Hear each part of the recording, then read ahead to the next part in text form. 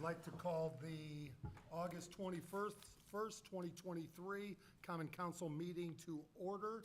It is 6:01 PM, and we'll begin with the Pledge of Allegiance. Councilwoman West. I pledge allegiance to the flag of the United States of America and to the republic for which it stands, one nation, under God, indivisible, with liberty and justice for all.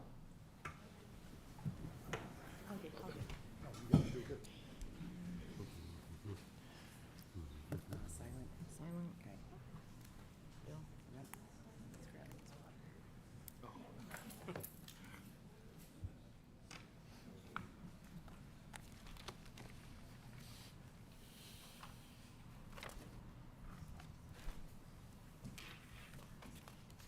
Roll call, Clerk Treasurer Parthoon. Councilwoman West. Here. Councilwoman Konechny. Present. Councilwoman Cutler. Present. Councilman Frankie. Present. Councilwoman Ficus. Present. Councilman Vincent.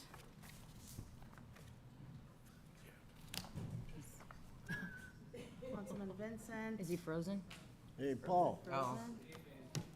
He might be asleep. Councilman Vincent. Say here. Present. Can you say present? We probably gotta make sure he could get it, right? Yeah. Councilman Vincent. Ask to unmute. Unmute. Councilman Vincent, can you hear me? Nope. He's, Your volume on. I guess not. He's unmuted now, but He's unmuted, he's just not picking up. I'm gonna text him. Councilman Vincent, can you hear us? Call him. I am going to. We are. Just relax. Stay here. Right. Just relax, people. Oh, shit.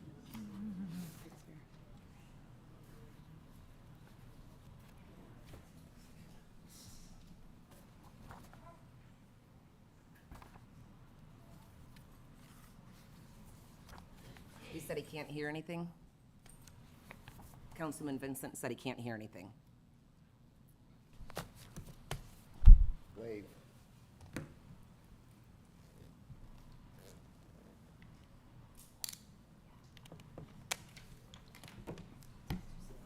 Oh, well.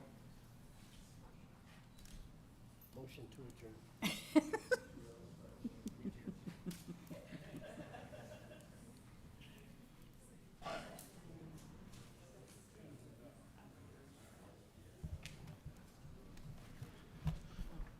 Councilman Vincent, are you present? I can't hear you.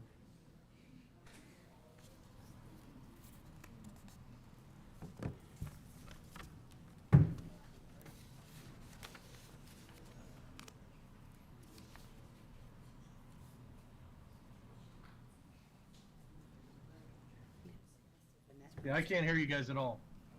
Councilman Vincent, can you hear us now? He says he can't.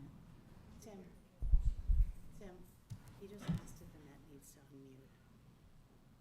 Does the Nets computer need to unmute? Yeah, it'll likely cause feedback, but we can try it.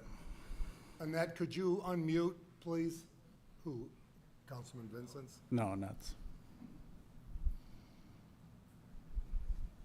Councilman Vincent, can you hear us? I can hear you now. Can you speak up, increase your volume? Yeah, I sure can. Can you hear me? It's the same. Louder. You're gonna get feedback.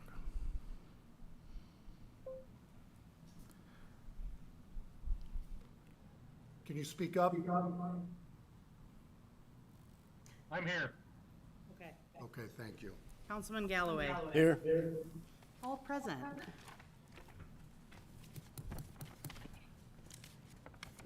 Can I have a motion to move petitions and comments of citizens after number 7, before number 8? So moved. Second. We have to do- Discussion? All in favor? Aye. Aye. Yeah, and Opposed? Need a roll I call. emailed the Roll call registrar vote. and I said, Councilwoman West. still have me listed Yes. as the Councilwoman purpose. Konechny. So I Aye. emailed the registrar. Councilman Frankie. You need to have access. Councilwoman Ficus. Aye. Councilman Vincent. So did you go back into LaPorte and see if it came up now?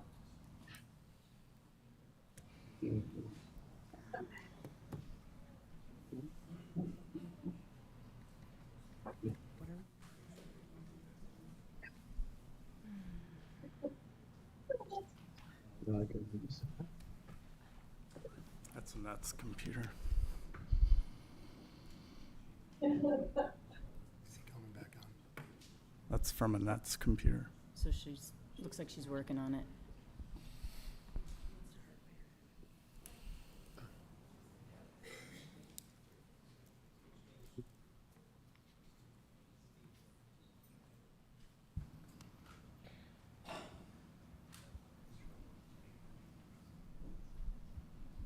I apologize about the technical difficulty.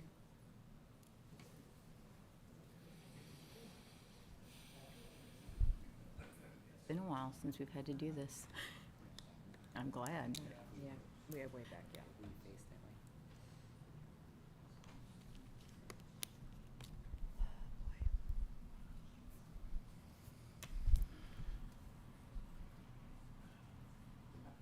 Paul, can you hear us any better? Yeah, I can hear you now.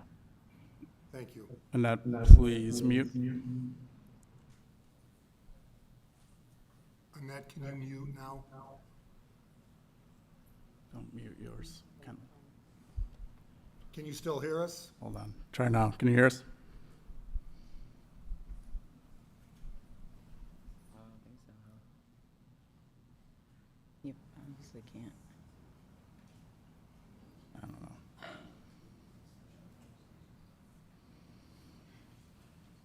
What do we need to do Replace that. for tonight? You can deal with the feedback, or We might just have to. He's gotta be here. So I'd rather have the background, let him hear. So Okay. what does Annette need to do? unmute. Annette, go ahead and unmute, and we'll just have the background noise. It's only when he talks, though, right? Or no? Like anybody? Oh, okay. Oh, boy. Do we need to unmute Paul?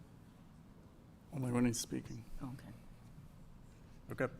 Paul, can you hear us? Yes, I can hear you. Okay.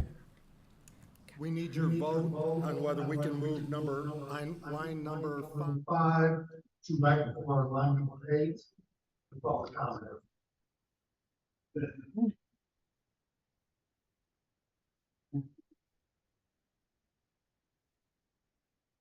Hold on that. Moving public comments before line number 8. Yeah, I vote affirmative on the meeting minutes. Councilwoman Cutler? Aye. Councilman Young? Aye.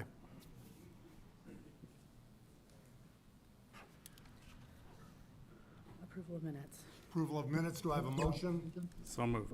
Second. Second. Motion and a second. Discussion? All in favor? We will roll call vote. Councilwoman West.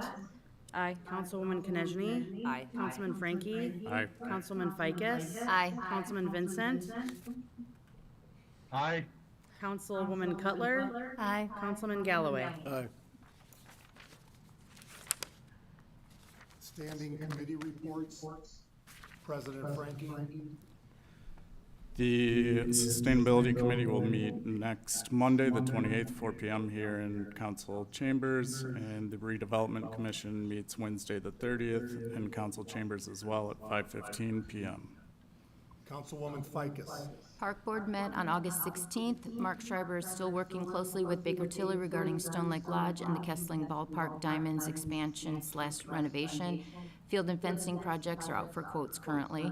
Mark also gave trail project updates. The Clear Lake Trail has been substantially completed. The plaza across from the amphitheater and a boardwalk to be located at the western tip of Clear Lake both need to be constructed. Lighting should also be installed by the end of the month. Also, the mountain bike parking lot in Soldiers Memorial Park will be paved, and a restroom will be added at that location. And then Traffic Commission will be meeting Tuesday, September 5th, 5 p.m. at the police station. Councilman Galloway.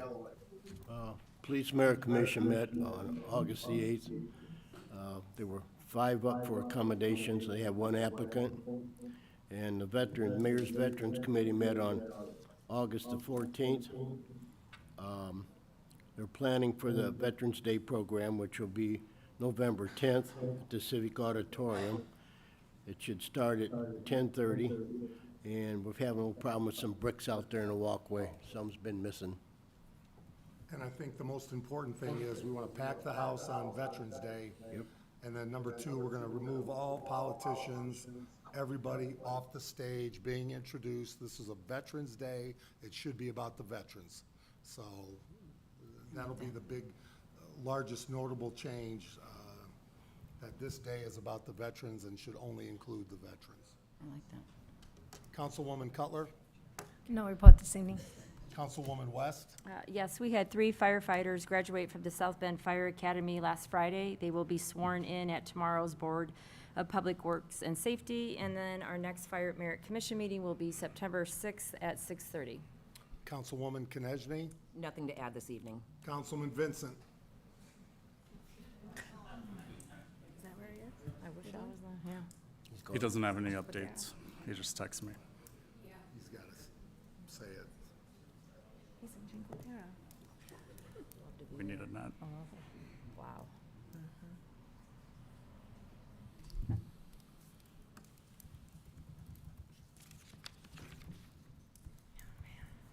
Are you texting him?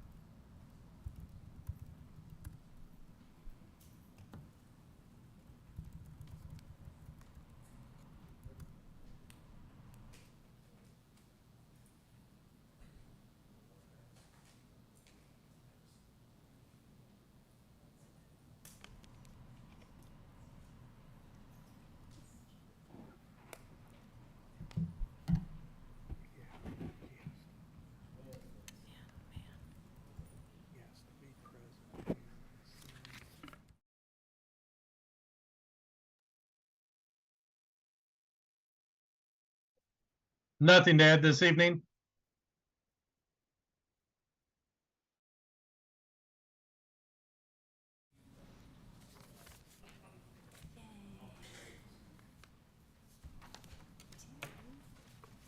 Welcome. We're excited about these type of. I'm glad everybody came out for the police officer recognition. That's quite the turnout.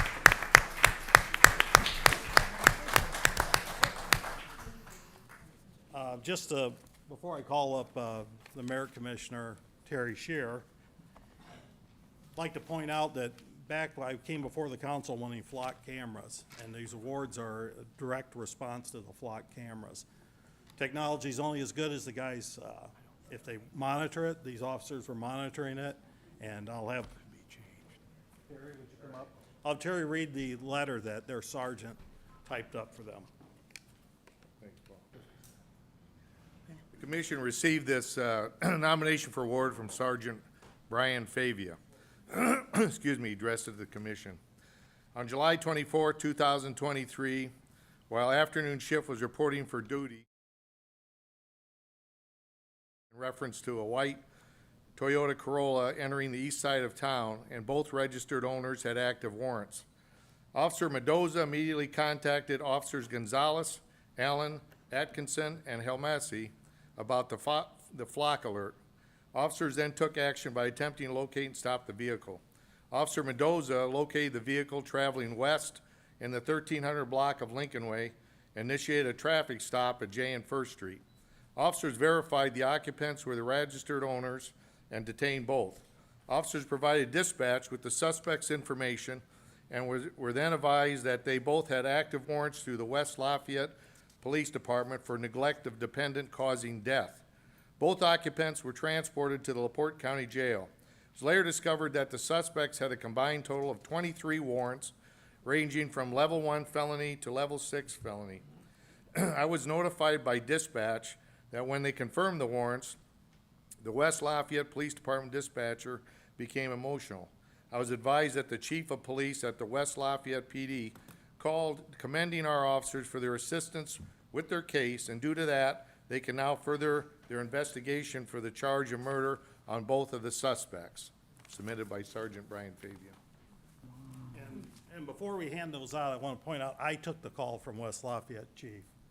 And he told me, he says, we love what's happening in LaPorte, we hear good things, and your officers are grade A. And I couldn't agree with him better. So I'll call up the officers one by one on their award here. Brian Helmsey.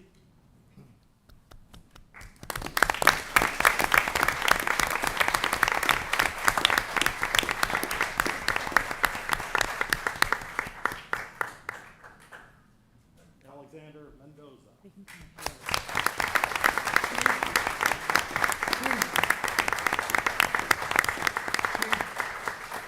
Gentlemen, why don't you come up here? Officers, why don't you come up here? Yeah. Thanks, sir. Brian Allen.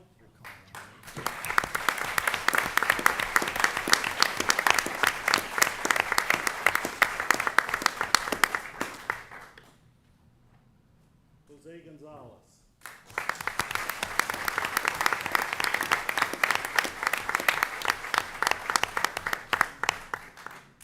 And Taylor Atkinson.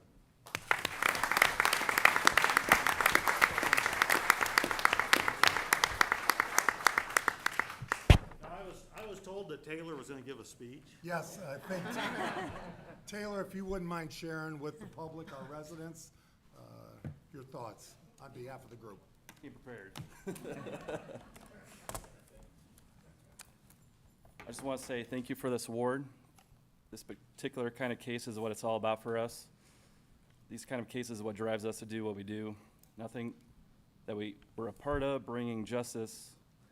Knowing that we were a part of bringing justice to these two individuals is an incredible feeling. I'm honored to serve the city, and I'm honored to work with this amazing group of guys.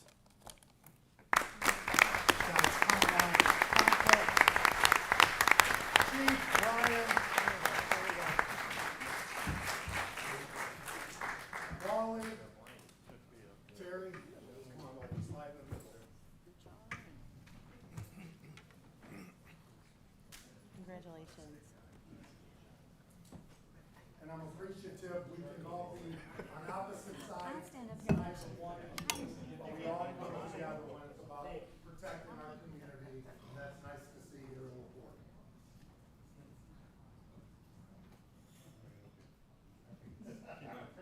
Yeah, it's perfect. It's great.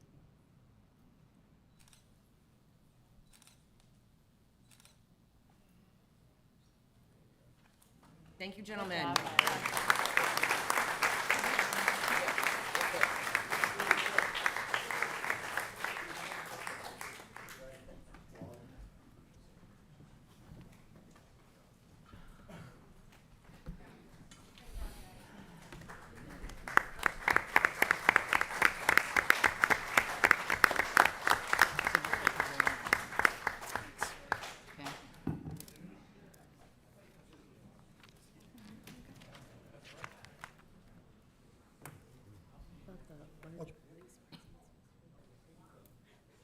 We'll now move to petitions and comments of the citizens. Through this process of an issue here that's on the board of the council, everybody has been respectful, and we appreciate that. We'd ask to continue the decorum that we've seen. Everybody will be limited to 3 minutes. We do have quite a few speakers. I would ask that not to come up here and be repetitive. If you support a certain speaker, just stand up and say, I fully support. But please come forward if you have something else different to say. And I just ask again, please no hooping, hollering, booing, anything like that. Every person here that is here to speak deserves the full attention of each of us. So I will begin. 3 minutes. 3 minutes. Aurelio Melgoza. And Aurelio, please come forward and state your name and address for the record.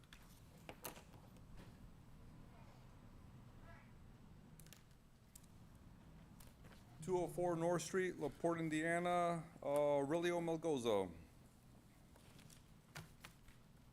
And thank you all for the opportunity. I would like to start off by talking about the lies that we were told to myself and the people behind me, but I will not do that in this meeting. Instead, I will be speaking about the Coca-Cola building situated at 205 Rumley. I do understand and the need for affordable housing and that LaPorte needs it. I also know that all the affordable housing buildings in LaPorte are failing. Examples, Country Acres, Carriage House, Maple Tree. We cannot continue to repeat these mistakes for our community's sake. Crime, drugs, prostitution are not an option for our community. Instead, I propose that we help our low-income residents in LaPorte, not by long-term housing, keeping them in this cycle of poverty. I propose this building to be used for higher education and job training. Knowledge is the key that we are all missing. Knowledge is something that you can carry with you forever. The guy holding the stop sign that says stop and go at a construction job site is being paid $15 to $20 an hour. He took a 3-day course and received a certificate. It's that simple. I, at the age of 19, took a 7-day course and received a certificate for asbestos and lead abatement. 7 days only for $27 an hour. And union, imagine that. We need to help people break the cycle of poverty and stop the bad guys from becoming millionaires off the less fortunate. This building would be better used by the people for the purpose of giving knowledge and training. Resumes are very important when applying for a job. Credit scores are very important when making large purchases such as a car or a house. In most cases, credit is worth more than money itself.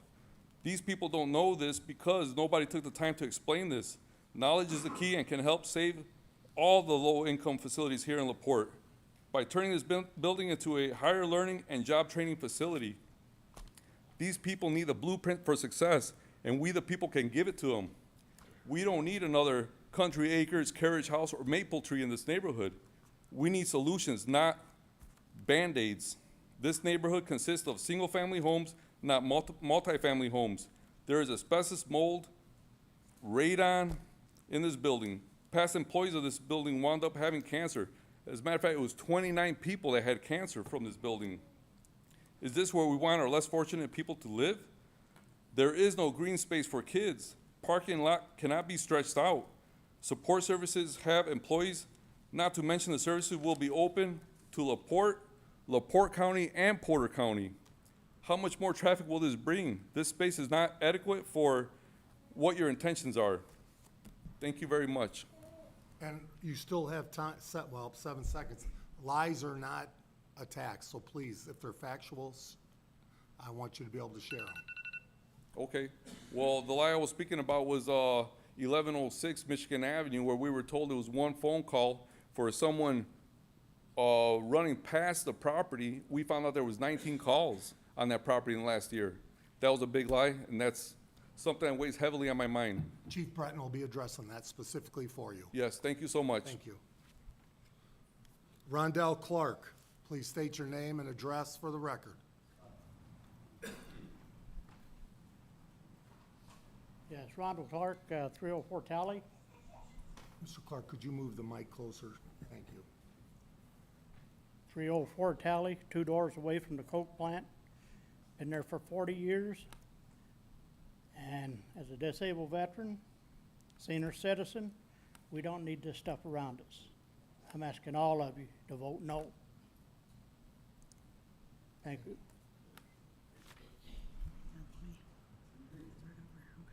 Steve Waywalk.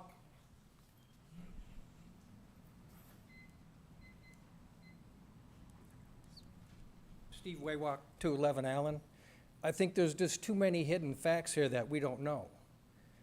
And us as taxpayers are asking you to vote no on this. Thanks. Thank you. If we could hold off from applauding, please. Richard Horner. Thank you. Renee, I think she's here, yes.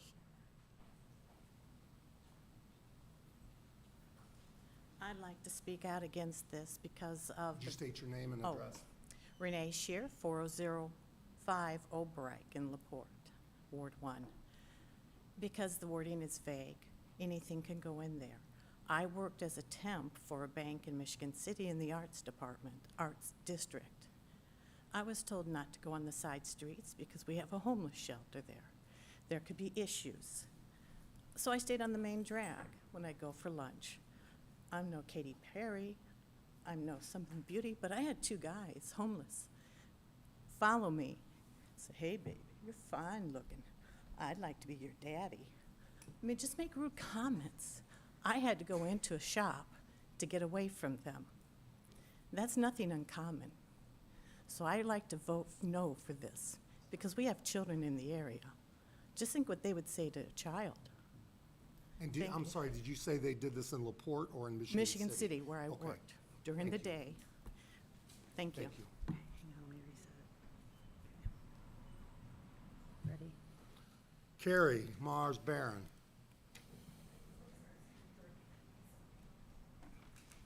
Good evening. I can follow right up along that. 10 days ago, I received a frantic call from my 13-year-old daughter, Carrie Mars Barone, 205 North Street. I'm 1 block north of this building and 1 block from Lincoln Way. My call was asking if I would buy her mace or pepper spray. She said she was walking down North Street at 3:30 p.m. on a Friday afternoon towards Philadelphia Street, near another school, and a man on a bicycle started following her. She crossed the road, he crossed the road. She stopped, he stopped. She was so panicked, she took off running for home. My husband and her went looking for this individual, and my husband recognized him as an addict we see occasionally riding around our neighborhood.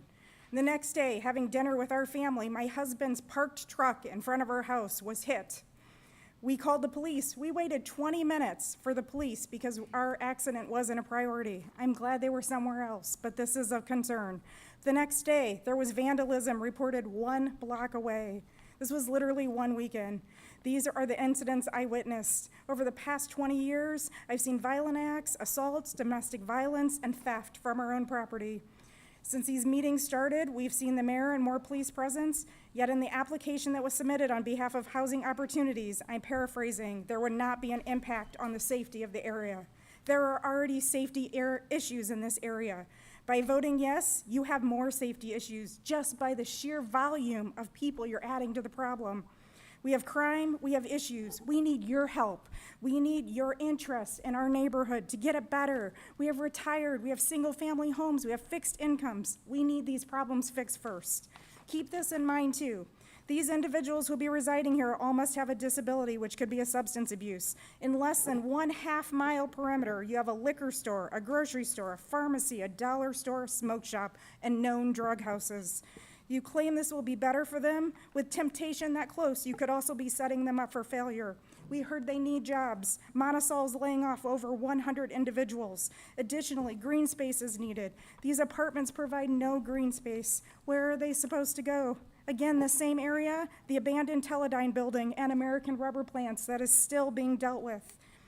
I was asked, why didn't your daughter call the police? She's 13. She's 2 blocks from her home. You don't think when I go and walk for a walk, I need a call for safety. Home means a place where you're comfortable and you feel safe. We lived here 24 years and we've raised 4 kids. My husband's looking for a new house. I applied for a gun license Friday night because I'm terrified. I don't feel safe. My daughter asked you to vote no. She's hoping her voice will be heard. And I ask you about mace. As a parent, an aunt, or an uncle, would you buy your 13-year-old child mace? Think about that when you make that decision today. If I could have control without clapping. Chief? Chief?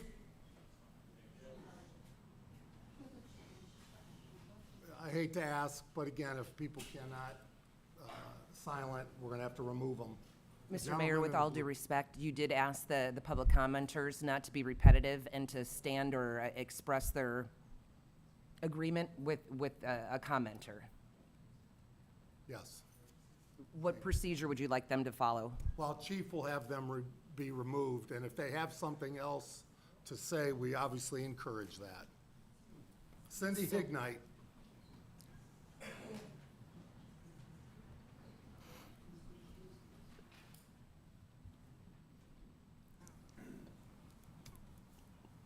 Sir, excuse me, we'd like to give everyone the respect that are speaking, please. Please, I'm watching. Thank you.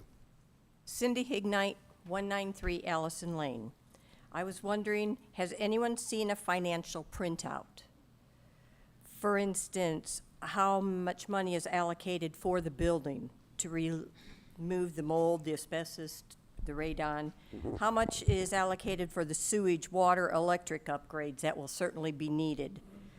How much is allocated for the 30 years of upkeep that we've been told that will be promised to the people who live there? There will be 30 years covered. Who will be in charge of all of that to make sure they do get their 30 years? Also, where will the health facility be housed? That we've been told there will be a health facility. I'm hoping that everyone will just say no, and council members who have your constituents here, you really should listen to what we have to say. Thank you. Thank you. Sharon Green.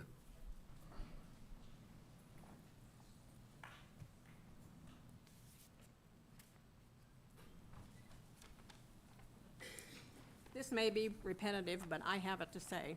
Sharon Green, 303 Talley Street. I have lived in this house for 55 years. I've raised my children, improved my property, and I am a widow living alone and concerned for my safety if this zoning is approved. I do not object to the city finding affordable housing for the less fortunate, just not where they are proposing. The neighborhood has many elderly people. Their safety is important too. As I watched the news on TV, I felt the mayor made us look as if we didn't care. That's not true. We do care. There are other places that could be used for affordable housing, such as the West End where Al's supermarket used to be. Or what about the hospital where they're tearing that down? That would be an ideal spot. Look at the room they would have for children. There would be children able to have a place to play. There's access to doctors, hospitals, pharmacy, grocery store, restaurants, public transportation right there. I'm asking each of you, would you want to put this where your elderly parents are living? Please vote no. Randy Milkoff.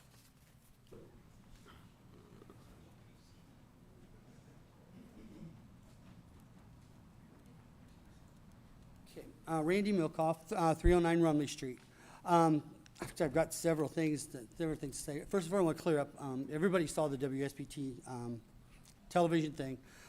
My sentence was cut completely in half, okay? What I was actually said was, Mayor Dermody, Julie West, rest of the city council, please don't do this to our neighborhood. Let's find someplace else, but please don't do this to our neighborhood. That was my full sentence, but it was cut off to me just looking like a raving idiot, saying out in the street yelling, don't do this. But I was directed, asking you guys to not do that. Okay, some of the things that I wanted to talk about is all the questions that are still not answered. We're pretending like they're answered, but they're not. Okay, okay, one of the things, how many days a week how many days and how many hours a week will HealthLink? I've checked with HealthLink. They haven't committed to a number of time. They've committed to come into the building, but a number of hours and stuff that they're going to be there, no.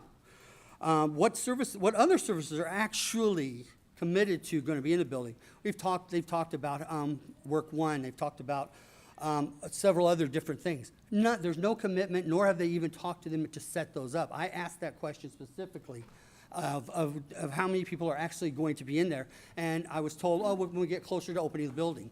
Well, it's supposed to take 1.5 years to open the building, okay? So no, there's no commitment to there. And we have no idea the severity of mental illnesses that the people are going to be in the building. Okay, the same thing, well, I don't know if that's different, but I'm just giving some for time. Okay, anyway, those services that are supposed to be in the building for the people that have those things, they don't have to use them. They're optional. You could go in there with a mental health issue and never go see anybody. You don't have to. If you've got a drug addiction, you don't have to go see a counselor in that building. You don't have to. You can just stay and do everything on your own. That's how that building is set up right now. It could be set up better, but this is not the way. This is not how it should be set up. And then the last thing I wanted to say, which is not on this list, is in that thing on WSBT, the last statement by the mayor was, "I can't believe citizens would turn their back on these unfortunate people." Well, I asked, who are these unfortunate people? What are their names? Where do they live? Where are they now? Well, in 1.5 years from now, it's not the same unfortunate people. But this neighborhood, how many people in your neighborhood are elderly, living on Social Security, living strictly on disability, have lived in their house 40 and 50 years, are taking care of their bedridden husband that they've been married to for 50 years? That are low income, there are low income people. Our houses average like $90,000 in value. Okay, we are the people you want to put in that building. Take care of us first, okay? And, Thank you. so, thank you very much. Bob Weyer. That's right.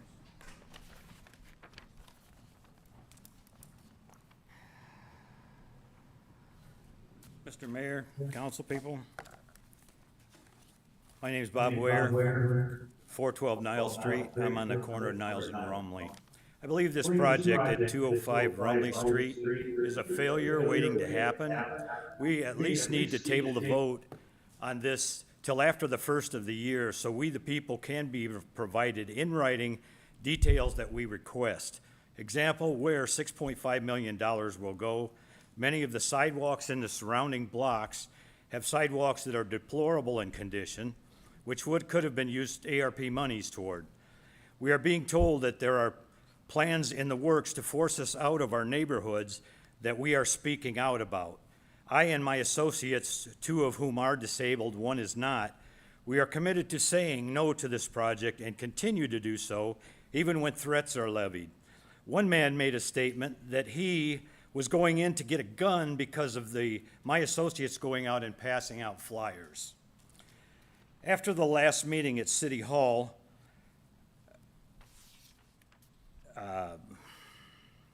we talked about a truck at 403 Niles Street that had previously now been moved, but does not get a substantial move daily as per code enforcement code requirements. The 403 truck is parked in the road. The owner is not always home and could park the truck in the driveway. So it does force some friends of mine to park as far back as the corner of Niles and Rumley. These people live at 401 Niles and are Mexican-American people who are limited by a restricted space of 15 feet from parking by a stop sign and a fire hydrant at their house. This is not fair to my friends as they do not have a driveway. The grass continues to grow between Maple and Rumley Streets to about 18 inches to date. The storm drain at Niles and Rumley has not been cleaned properly. 411 of Virginia has a garage at the rear of the property in very disrepair. The garage has holes in two corners at the base and at the top that I personally have seen raccoons, possums, cats, and yes, rats, and even going in and out of them. The roof in places has shingles that have blown off. The property at 701 Rumley has a tire that has been laying on its side at the side of the house with no rim for over 2 years. Can you just imagine the amount of breeding mosquitoes that this one tire can produce? Eastern equine encephalitis, West Nile, etc., that has been brought up in the news lately over in Elkhart and Goshen of finding these viruses. The vents to have you people see, best to have you people see, go by Wendy's and look. For years now, there have been 2 cars parked on the tree lawn. Thank you, sir. Thank you. I'd still vote no for this, Judge, please. Thank you.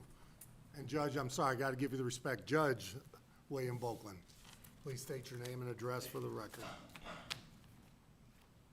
Thank you, Mayor.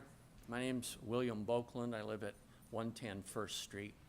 And my interest in this is probably a lot different from anybody else's because I haven't decided. I don't know whether this is good or not. I know this body here is well-intended, and I can see that in the press coverage. And I know these folks have a legitimate concern because they don't want problems. Well, I was judge of the largest criminal court in LaPorte County for 21 years. And I also had a lot of landlord-tenant cases. I am familiar with poverty. I am familiar with crime. And I can tell you I see a glaring hole in this project right now.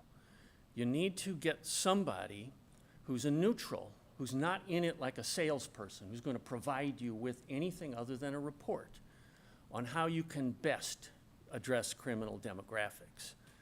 the biggest cause of crime isn't like TV, where people plot and go after somebody and break into a bank. No, most crime is simply opportunity and impulse. If somebody is drunk and wants a fight, and you're the unfortunate person who happens to be standing by him, you get beat up. If you're not there, you don't get beat up. So what we're talking about is somebody who can identify criminal hotspots and criminal situations. You're mixing people with some criminal background, and generally I've seen the attempt is to make it little stuff. The problem is with people with disabilities. To me, that jumped out right away because I thought of some of my usual suspects. Nothing's better if you want money than extort it out of somebody who can't fight you. And there are a lot of people who have no money because they don't work. Not because they can't work, but because they don't work. And those are the criminal people, the ones who commit a lot of the little stuff. Please consider what I've said here. I have no opinion other than I think you're trying your best, and I think you mean the best. But try to get somebody. There are people out there who can tell you. I mean, my wife and I stayed in St. Petersburg for a few years, not in the winter, and we were 2 blocks away from a high crime area, and you could leave your doors open at night where we were staying because that's how localized crime can be. It is strictly opportunity and impulse, unless you've got the real sophisticated criminal, which is a real small part. Judge, I have a question for you. Being Yes. a judge for as many years, how many cases do you remember dealing with housing opportunities? Have you ever heard housing opportunities or one of their individuals that stay? Obviously, we go to church together across from St. Peter's. You live around the corner. Yeah. We're still trying to find if you've had, or through the court system, somebody from this system versus the general system. And again, we've seen what happens in the current neighborhood, but have you had something housing opportunities related? In terms of landlord-tenant, I did. I had people who tried their best, just didn't have enough money, couldn't do anything to keep a place. That's part of the dynamic, but it isn't always Simon Legree landlords and innocent babes. Sometimes it's the tenants who tear up a house when they know they're not going to get to stay there. And they'll make a total destruction. I had one house that was dismantled to the ground by a tenant because when I was attorney, we couldn't get into court to get them out quick enough. But this is through Jordan with Housing Opportunities Organization. I don't know if I ever You've did. dealt with them? I can't remember. It's been almost 10. Because again, we can't find where the court system has addressed anybody from Housing Opportunities in their organization of rentals. I don't think I did, because I'm looking back on it now, it's So there almost is 10 two years. different ways what you're speaking about and Oh, yeah. what's being approved tonight. I think if I were you, I would at least try to get somebody to study the dynamics of the crime situation. You may have, with a couple tweaks here and there, make it safe. I mean, it's that much. But we were living 2 blocks from a real high crime, violent crime area. We could have left our doors open because that was over there, and they had set it up that way. Not Los Angeles, but I know St. Petersburg did, and there are a couple other cities that have done this, and they've contained it, and thereby kind of squished it. You'll never get rid of it. You just won't, because there are always going to be people who commit crimes. And so, we've worked, what the city of Milwaukee, the city of Chicago have done. We have the individuals right now in our planning department that have helped during college to do that. And so we have Jefferson, Maple, and we clearly show where the hot button topics are, right next here to City Hall. Jefferson, Maple, and Harrison are the 3 areas. It would be interesting, pardon me for interrupting you, but it would be interesting to see why they developed, not just where they Because it's developed. been ignored for 26 years. Could be. I can tell you a brief commentary about crime and slums, very brief and along this line. But, Judge, I know, comment, that's I for a won't. later date. Would love to. Okay. Thank you. Okay, thank you. Chris Evans, sidewalks.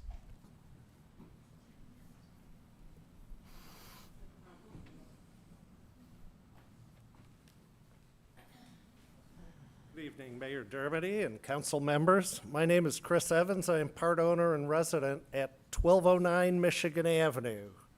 I think you all know the property. We left the Florida Keys a year ago to offer support to our family, and we returned to the area. We bought our home and are trying to give everyone a place they can be proud of. Things that make a home beautiful to the eye were high on our list, needing attention. Concrete, exterior paint, and landscaping were the first things we started looking into.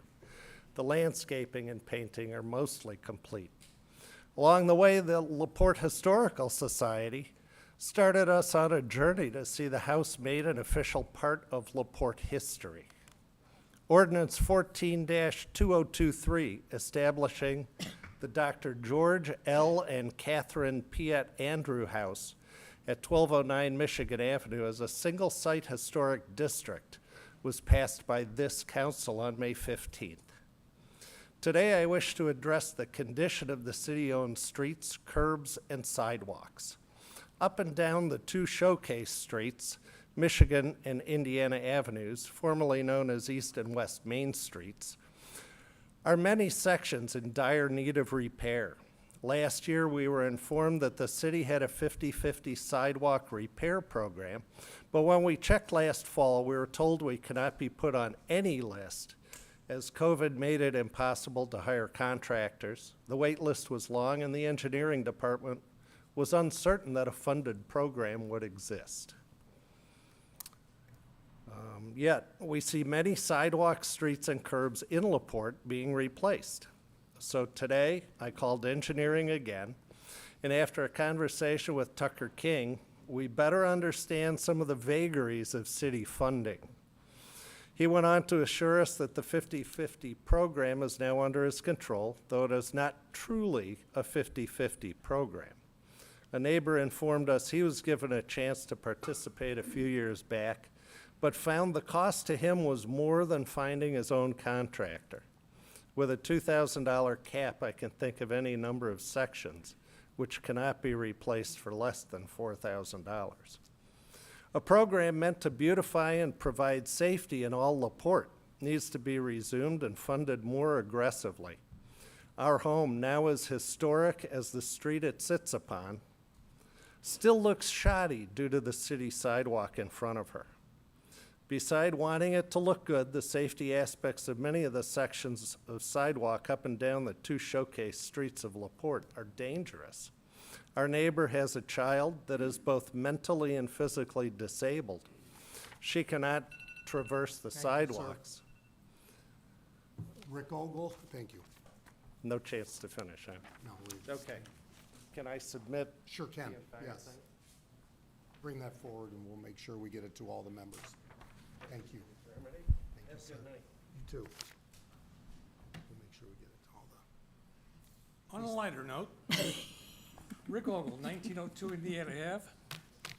I'm here to talk about Indiana Ave reconstruction project that begins next fall, I think. Two-year project. It's going to affect between 130 and 140 residences for over 2 years. This is an NDOT project. We were told by the project manager at the informational meeting that I did not see any people from city council at. It was all NDOT.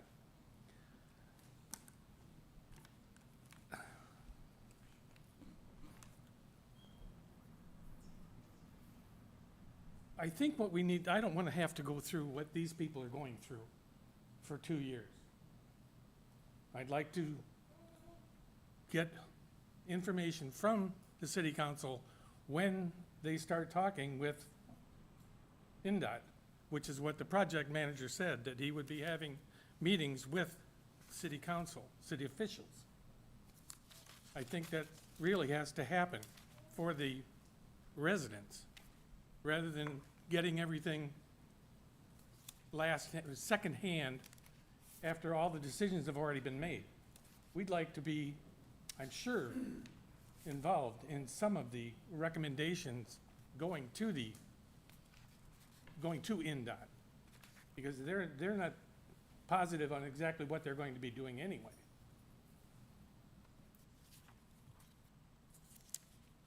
And, to change the subject, 2 months ago, I was in front of this council, and I asked about advertising signs in tree lawns.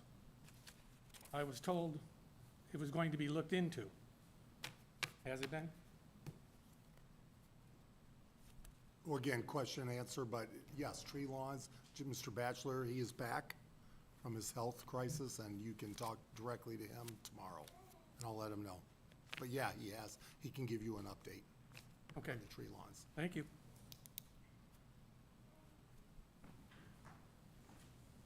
Chris Morrill. My name is Chris Morrill. I live at 812 East Jefferson. Been a resident of LaPorte for 70 years. I see the need for this kind of a project in LaPorte. I feel that everybody deserves a place to live. I do think more in-depth information needs to be found out about it. I'm very much supporting it, but there are some ifs, and I'm wondering if this just isn't being pushed through too quickly.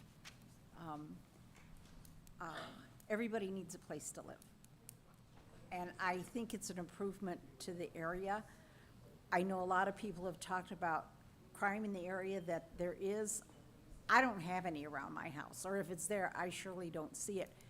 But it seems to me with the recommendations that Jordan has had, and that they filter the people who are going to be going into this facility, that's a better chance of knowing what's going on than somebody that buys a house next door to you and you know nothing about them. So I think that's a positive attitude. Thank you. Thank you. And just to remind everybody, this was first reported in September of 2021, this discussion. Maria Amor.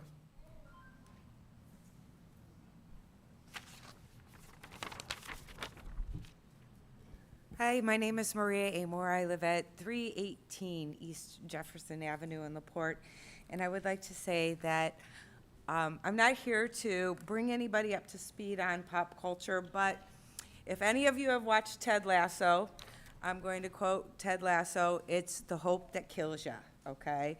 The soccer team is in a do-or-die match, and the fans are rooting wildly. And they're cautioned, "It's the hope that kills me." I don't want my hope for this Coke building project to kill me. I really believe in this project. I think it could be a good thing for the east side. I would just like to put you all to task that are going to potentially vote in favor of this project to maintain your commitment to the east side of LaPorte and make sure that some of the infrastructure improvements that are weigh so heavily on the minds of the citizens are taken care of if this project comes to fruition.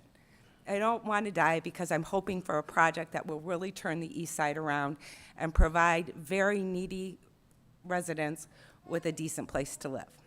Thank you. Sierra Sue Jesh.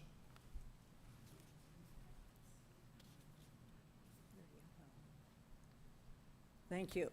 My name is Sierra Sue Jesh, and I live on Jefferson Avenue. For people that don't know, I live in what's called the Triangle. North side is Lincoln Way, west side is Rose Street, and east is Monroe Street. We are the lowest income neighborhood in the county. So I understand what some of these people are thinking about. First, I want to say thank you. Last city council meeting, I talked about having the trees trimmed on Jefferson Avenue and Detroit Street. The city was out that same week and trimmed the trees, picked everything up. I checked on Detroit Street, and they did there too. Last week, I called Jeff personally about the abandoned house next door to me. The next day, the city mowed the yard and pulled out the grapevines on the fence that was blocking the sidewalk. So they hop right to it. Second, now I want to speak about the housing at the Coca-Cola building. I am tired of everyone saying they want the housing, but not in their neighborhood. They want to put it at 40 Plum, 40 miles out and Plum in the middle of nowhere. You know, people complain about Country Acres and that. Well, when you put a whole bunch of people in low income that don't know any better, don't know how to lift themselves up, you're gonna get the problems. If you put these people, fewer people in neighborhoods, and I've been talking with Tom Derby the whole time he's been in office about that. We need the people with, not only need the housing, but they need neighbors that care about them. People who care. An example of how people should act and what they can achieve for themselves. And the nice thing about this neighborhood is it's in walking distance for people that don't have vehicles and can't afford the bus or anything.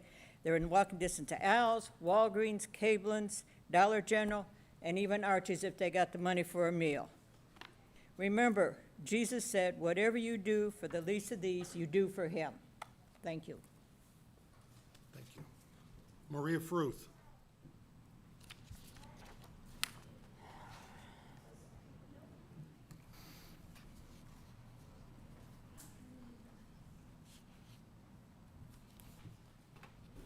Good evening. My name is Maria Fruth. I am the CEO, president of the Healthcare Foundation of LaPorte, which is a private independent foundation, and address is 140 East Shore Parkway in LaPorte City. Good evening to all of you, and thank you for the opportunity to share the Healthcare Foundation of LaPorte support for housing opportunities proposal to develop Ivy Flats at 205 Rumley Street. This would create 16 housing units, and this would be the first supportive housing units of the existing 56 units right now the Housing Opportunities manages. Only 20 of those are in LaPorte County and none of them in the city of LaPorte. The need is so big that right now there is a wait list of 137 households in need of this type of housing. Again, the commitment that Housing Opportunities has secured of over $7 million, it's a grant from the state of Indiana, from the Indiana Housing and Community Development Authority. The support requires, when you got a state grant or a lot of federal grants, you have to sign the bottom line. They need to continue to support and take care of that property for 30 years. If they were to sell, as an example, that does not excuse the 30-year commitment. It passes on to the new organization that's going to be doing so. So during this period, again, they need to maintain, they need to take care of all the programs that they promised to do. In order to access the $7+ million, Housing Opportunities must submit a project to the state, fully complete and everything vetted, by December 31st of this year. Waiting to next year, you lose the funding, it goes to another community. This was a long process. We have been talking about that for over 2 years, not only with the city, with the mayor, but with Jordan, the CEO of Housing Opportunities. And I cannot tell you how impressive it is, the portfolio that they have and how they maintain it. So I wanted to remind you that for all the studies that we have done, this is a clear evidence-based intervention. That's the best way possible. This is much better than creating a homeless shelter, because we're surrounding those individuals with what we call wraparound services. And the majority of them, by the way, have been committed to do so. Thank you, and Maria. go on. Thank you. Jim Musial. Good evening. For the record, Jim Musial, 820 East Street. I am the Executive Director of Citizens Concerned for the Homeless in Michigan City, Indiana. And I stand in support of this initiative, in support of my good friend and partner, Jordan Stanfield. I've been running, my organization deals with people, low-income people, homeless people, at risk of homelessness, and we run 4 different primary programs to deal with it. Sandcastle Shelter for Homeless Families, which is a 30 to 45-day residential program. Keys to Hope Community Resource Center, which is the day resource center, which services the individuals using the overnights PADS program, the emergency shelter. The Grace Learning Center, which is our educational branch, because anyone that is in any of our facilities is part of their action plan to grow and to achieve sustainable self-sufficiency. You have to take different classes. We run programs for mental health, substance abuse, general life skills, general health and wellness. I have been working with Housing Opportunities for the last 10.5 years. I actually have my office in one of their buildings. I've been working with Jordan Stanfield since he accepted this job as the CEO a number of years ago. His initiative speaks for itself. I'm only going to take a couple minutes just to go through some of the things. $7.5 million project, $7 million grant. That is an opportunity that cannot be passed up for a town that doesn't have any facility like this. These are individuals. The individuals that I've read in the paper, I haven't talked at length with Jordan about this, but the people that we're talking about are not just low income. We're talking about senior citizens. We're talking about people exiting programs like mine from homelessness, homeless shelter programs to permanent supportive housing, and people with qualified diagnosed disabilities. And those disabilities primarily, as reported in the paper, as suggested, was basically physical disabilities and chronic health conditions. They're going to be doing background checks. There are going to be no sex offenders. There's not going to be any violent offenders that will be able to take advantage of these programs. And everything depends on the wraparound services, the continued supports. Again, they may be voluntary, but when you're living in a community like that, especially in a building like that, when you get the resources that you need, and every family, every individual staying in this building is going to be different. There are no cookie cutter solutions. That requires the people at Housing Opportunities to be working with these people individually, specific to their needs and their things. Thank you very much. Bert Cook.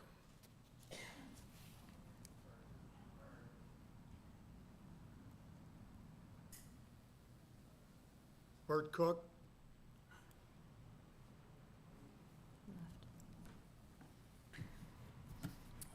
Good evening, City Council. Bert Cook, Executive Director of the LaPorte Economic Advancement Partnership. So I want to speak for a moment in support of the Housing Opportunities Project. You know, on a different topic I was looking at today, and in the 12 years that I've led LEAP, we've done 74 projects within the city limits. It's about $625 million worth of economic development, and there's been one consistency with all of those projects, and that's opposition. Every single project creates friction, either through the construction process, through the competition that's created, or just the forced change that occurs. And not to dismiss anyone's concerns here, but it seems like this project is almost unilaterally accepted as needed in our community and would be a benefit. When I sent out a message to many of the business leaders in the city of LaPorte asking for their opinion on this topic, I was overwhelmed with the support that was there. I think it's widely recognized by our business community that this is something the city of LaPorte could benefit from. It's also a terrific reuse of this building, which would be a very challenging building to redevelop otherwise.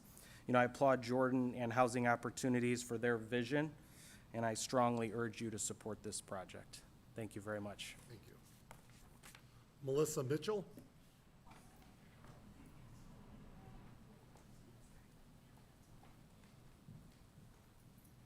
Good evening, everyone. My name is Melissa Mitchell, and I'm representing HealthLink tonight. Address is 2401 Valley Drive in Valparaiso. I just want to share a little bit about how we would be helping with this project. I've heard a lot of comments about the healthcare arm and share a little bit about what we do. For those of you who are not aware of HealthLink, we are a federally qualified health center, and we operate here in LaPorte County.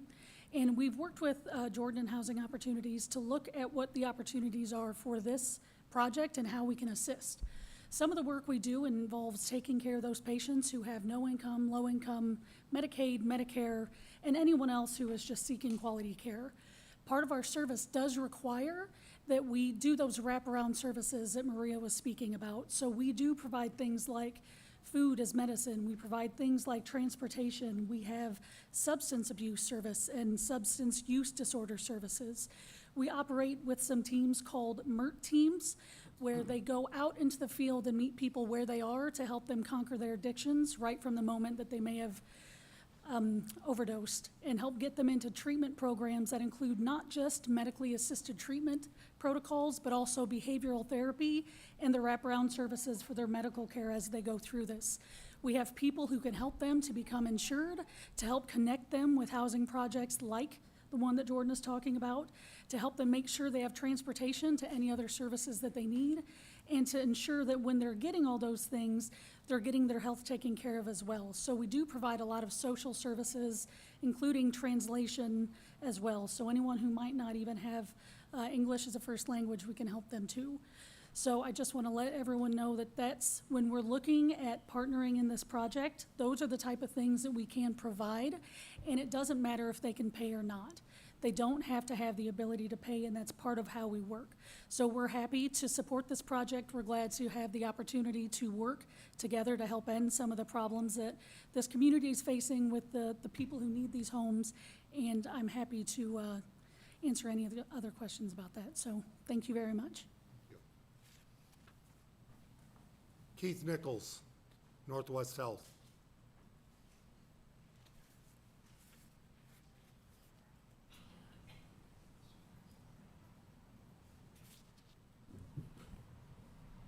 Good evening. My name is Keith Nichols. I am honored to serve as the CEO for Northwest Health Hospitals, and I wanted to continue to offer up just some words of maybe support and wisdom for the housing project.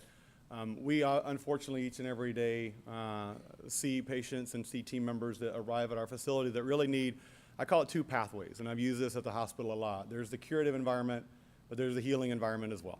And many of the people that arrive, we can care for them acutely, but need the spark or need that next support need to be able to go back into society and to do what they in their hearts desire to do. I mean, if not, unfortunately, there's a vicious cycle and they continue that pathway. And I'm honored and excited that this is an opportunity. Obviously, you heard HealthLink, our other partner in care in the community, speak on some of the services offered. And we are, as we talk about our ministry of healing, excited about this and look forward to that journey moving forward. And you know, I want the group to know we stand ready to help support any way we can as we take better, healthier care of our community. It's important that we do that and partner in arms to do that. So thank you for your time tonight, and I appreciate you. Thank you. County Councilman Adam Karanka.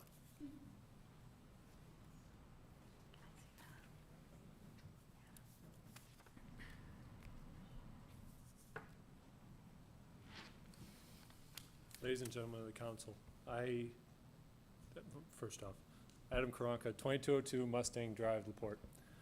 I come before you more or less as just as a resident of the city, but also as someone who looks on these different issues on the county level.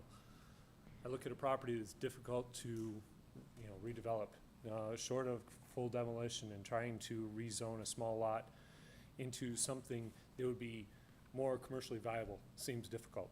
I also look at the need around the city in terms of low-income housing. We've gone through a review, an independent review at the request of this council that shows that we're in need of low-income housing. We see homelessness becoming an issue, but you also see low-income folks that are, maybe with a home temporarily or struggling at other situations. And this is a good solution for that. With having the wraparound services that go to support them, as well as the financial support that they get from being a adjusted rent or by income solution, this is helping the community as a whole for folks to be able to provide for their families. You also see the opportunity to take an existing building and raise its overall value and appearance and appeal to the neighborhood, thus supporting the neighborhood home values. no matter what, much like Mr. Cook said earlier, you're gonna see a lot of opposition, you're gonna see a lot of concern from the residents in the area, because there's never a perfect solution. And that's what makes this difficult for any board or council, whether it be local, city, state, or otherwise. So with that, I am in support. I like what they've done. And lastly, I guess one point I missed, is a review of some of the housing opportunity projects and what they do as a whole, as a platform.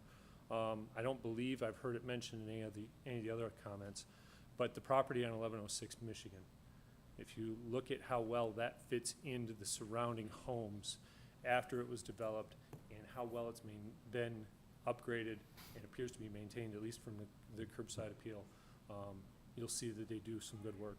So, I'm in support. Thank you. Thank you. Maggie Sparks.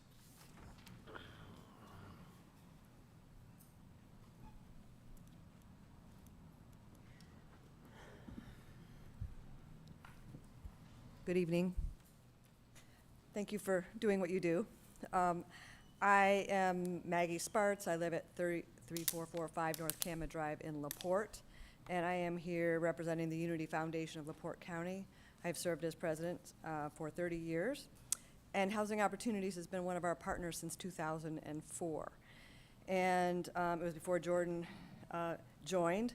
We started working together around the Home Team, which is a huge collaborative that works around housing and homelessness. So we think about this a lot, particularly housing. And Housing Opportunities has been a steadfast partner, key player in the development of housing, not just multifamily like this, but even single-family homes in Michigan City. And they've done numerous projects. And maybe you haven't heard of them before because their projects are great. I mean, they go well. So then in 2021, we convened the county around all the residents around what should our vision be for LaPorte County, what should we be doing together. And one of the biggest things, to my surprise, was the fact that people were very concerned about housing. So we went the next step, and with the County Economic Development Department and us, we commissioned a study around housing. I have executive summaries here if anyone would like to see them, or you can go to vibrantlpcounty.com and look at resources. New residential housing has been stagnant in the county. We've been averaging 120 residential permits per year since 2018. 120 for the entire county. The U.S. has underbuilt housing by 4 million units since the subprime meltdown. So it's a big issue here. This report says that we need to build housing units of all kinds, with most being housing that people can afford. And I'm not talking about, anybody. I'm also talking about those policemen that were up here tonight. They need a place that they can afford to live in as well. So what they recommended is that in the county, as the county goes, that we should be building 240 units over the next 2 years of this kind of housing. We're not going to get there. This only has 16 units, but a very, very important 16 for the people of LaPorte. I know that it's uncomfortable. Every time, like Bert says, we've done things like this, people are very concerned. But there was a property that Housing Opportunities built in Michigan City, and at first the neighbors were very upset because it's going to lower my property values. And after Jordan's predecessor finished the product, I got to meet the tenants. Then the neighbors complained because it made their property look bad. So that was kind of what was going on there. And what I love about the Housing Opportunities projects is that there's somebody we can call. We know where Jordan lives.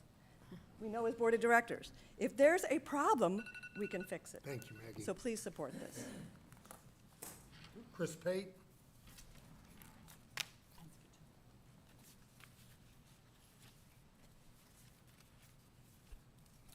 Good evening, everyone. My name is Chris Pate. I'm the president and CEO of United Way of LaPorte County. I reside at 402 Truesdell Avenue in LaPorte. I've heard through the years many comments from people in our community with concerns about the need for middle and low income housing. And so this project is an opportunity for us to address those needs and those concerns. It's normal when you're a resident somewhere to have questions when something is coming up and you were not a part of the conversations and the planning, which we can't all be a part of that, and that is difficult. But there are answers around this particular project. It's not something that has not been done. We have housing studies that have given us great information about the need here. I know Jordan well enough to know that he does a great job with his work and that he is very thorough, but even more importantly than that, I know the state of Indiana. I know what it's like to grant funds, and I know what it's like to apply for grant funds. You don't get that kind of money without having your T's crossed and your I's dotted, let me assure you. For us to be chosen as one of few in the state of Indiana to be worthy, I want to say, of this project is really an important issue here. The state of Indiana would not have selected Housing Opportunities to do this work if they were not convinced that they were one of the top projects that were being put forth. It's very important to consider that. As I said, we can't all be in on every little detail about every project, but this project, I assure you, has been vetted if the state of Indiana was willing to put up $7 million. And I will say that we are all searching for solutions in LaPorte County to these issues. These are some of our most vulnerable people, our people with disabilities, people who are struggling, oftentimes through no fault of their own. The greatest need, I think, in our community and many communities around the world is that people need somebody to hold their hand, to stand alongside them, to offer them the supports, the education, the services, and the direction they need to get back on their feet and move forward. This is the kind of project that includes those kinds of services and will do that for people. This could be a family member of yours or a neighbor of yours who's suffering in this position, and you would want them to have some support. Some other things that are really interesting about this project is that it used peer supports. So we're taking people who've struggled themselves, who know these issues better than anyone else, and they're going to be helping stand alongside these folks. What a great opportunity for them then to give back for the help that they have been Thank you, Chris. given to. Thank you. Julia Diaz.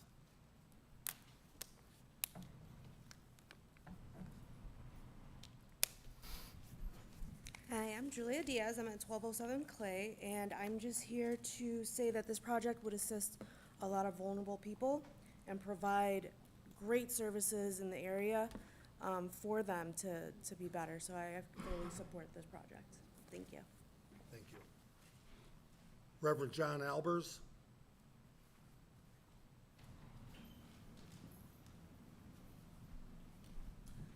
Good evening. Reverend John Albers, I'm the new guy on the block. I'm the new pastor at St. John's Lutheran Church and School at 111 Kingsbury Avenue. I'll tell you a story about 2001 Calumet Avenue near my home from 20 years ago in Valparaiso, Indiana. What the neighbors described, people hanging around in a parking lot outside of an apartment building, drug deals were frequent, problems were numerous, police were called regularly. It was an apartment building that brought the worst out of everybody in the community. 2001 Calumet Avenue was the headquarters for Housing Opportunities in Valparaiso. And when they came in several decades ago, made it their new home, they worked over those then coming decades to make sure that the kind of horror stories that people imagine are possible with people not getting sufficient supports never happened again. I hope the front porch is not leaking. The rubber roof in the corner, that was my miscut that needed an extra seam. I say that because one of the things that Housing Opportunities is known for is engaging the community and making sure the community is engaged. How many rolls of toilet paper was it that the kid got? Toilet paper is not a problem at Housing Opportunities because they engage people at a very retail level. I could go on speaking the benefits of partnering. I will say this, concerns are real and they are legitimate. That's why the people you need to trust is a partner like Housing Opportunities who can make sure that those problems are ones that are dealt with also on a very retail level. I don't have time to go into it. People talk about the wraparound services that are, you get the impression they're optional. Yeah, I guess you could call that. It's called the Housing First model. In my role as Resource Development Director for Lutheran National Housing Support Corporation, We needed to know well the housing first model and the kind of services that are necessary to make sure people can succeed. Permanent supportive housing is what's key. And the kind of troubles that people anticipate will come, and they will happen, especially in neighborhoods where lower housing values provide great fodder for absentee landlords and rental units and the like. On the other hand, you can have a partner who helps people move forward their life into something better, and I think that's what you've got here in this project. Lots of other positive things folks have said. I will simply say, what was the instruction? I support what they said. I'll leave it at that. Thank you. Thank you. Reverend. Richard Horner.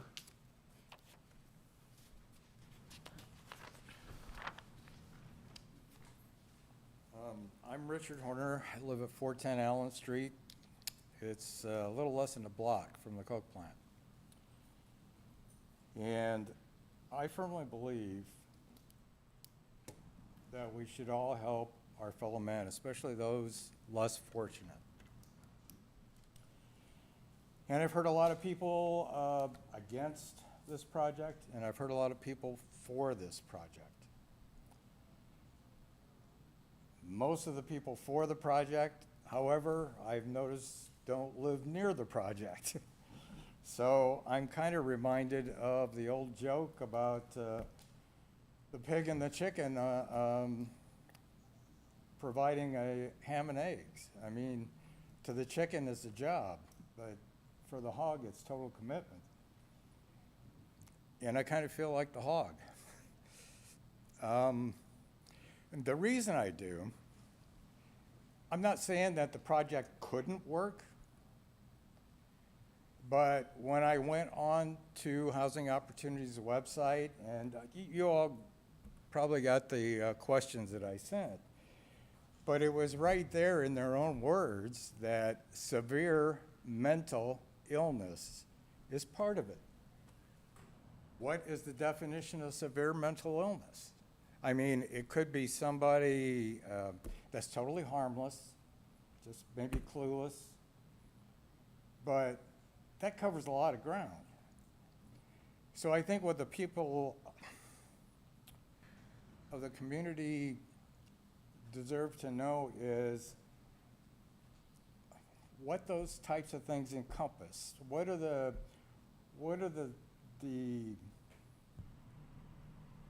criteria that's going to prevent this from going off the rails and getting more severe, people with more severe problems that might be harmful to the community. So I really didn't have any prepared remarks. Sorry, I'm just kind of floating around here, but my first priority is to take care of my family. I mean, I'm all for helping other people, but my first priority has to be to take care of my own. And so those questions that I sent all of you, I would like the answers to before this project goes forward. Thank you. Lisa Pierzakowski, Center Township trustee.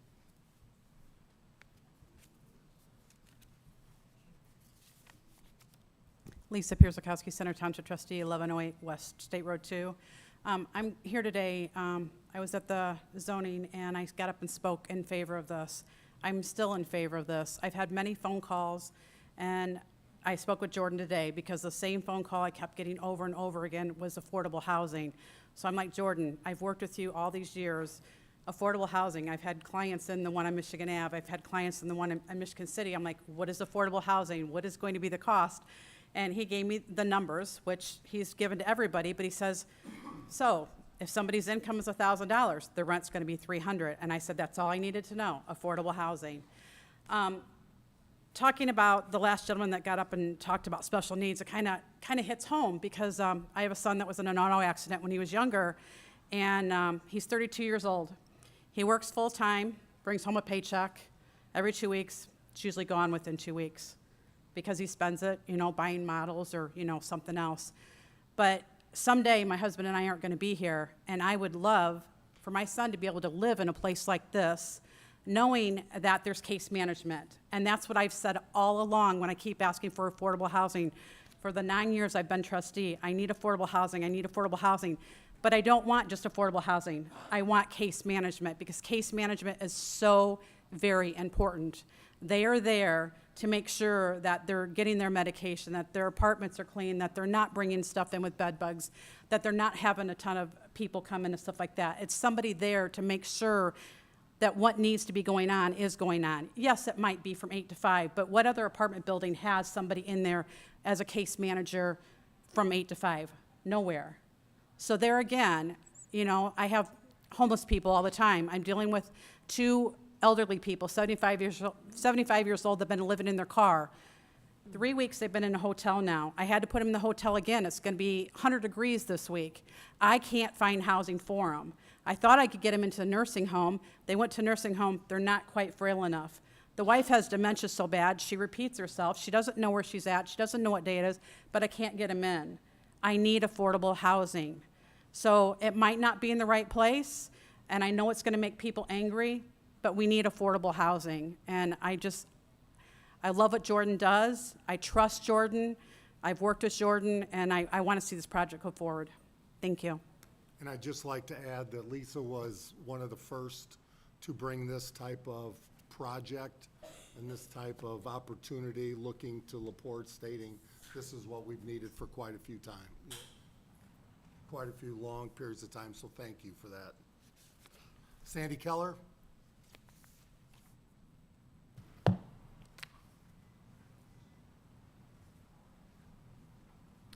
Sandy Keller, 515 East 18th Street in LaPorte. I did not prepare a speech, and I've been hearing so many things here today that I just want to respond to. But I'm going to start sort of brass tacks with the zoning. I'm the president of an organization called Homeward Bound Villages, and for years we have been trying to build an affordable housing project. And the #1 barrier in LaPorte County, and across this country is zoning. People could build affordable if they didn't have to build to our current zoning standards. And so if this group, this body, understands that you are simply voting on a zoning change because that is what makes this affordable to the population that is being served. The other really important thing I want to comment about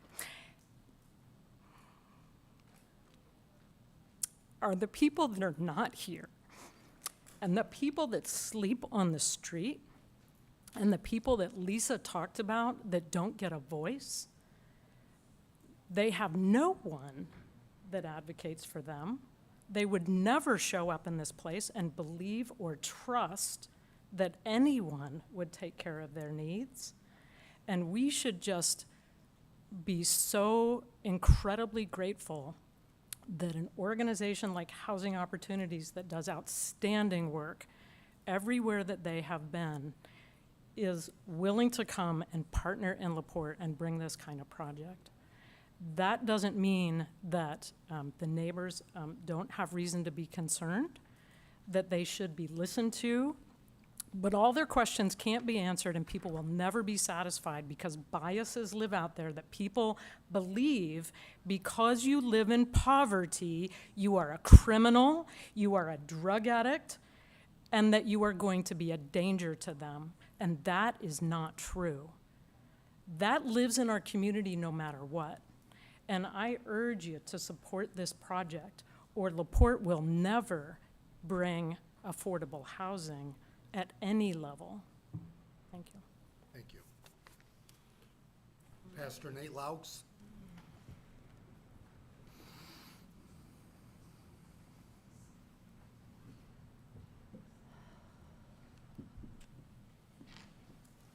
Nate Laux, pastor of State Street Community Church, 909 Pennsylvania Avenue.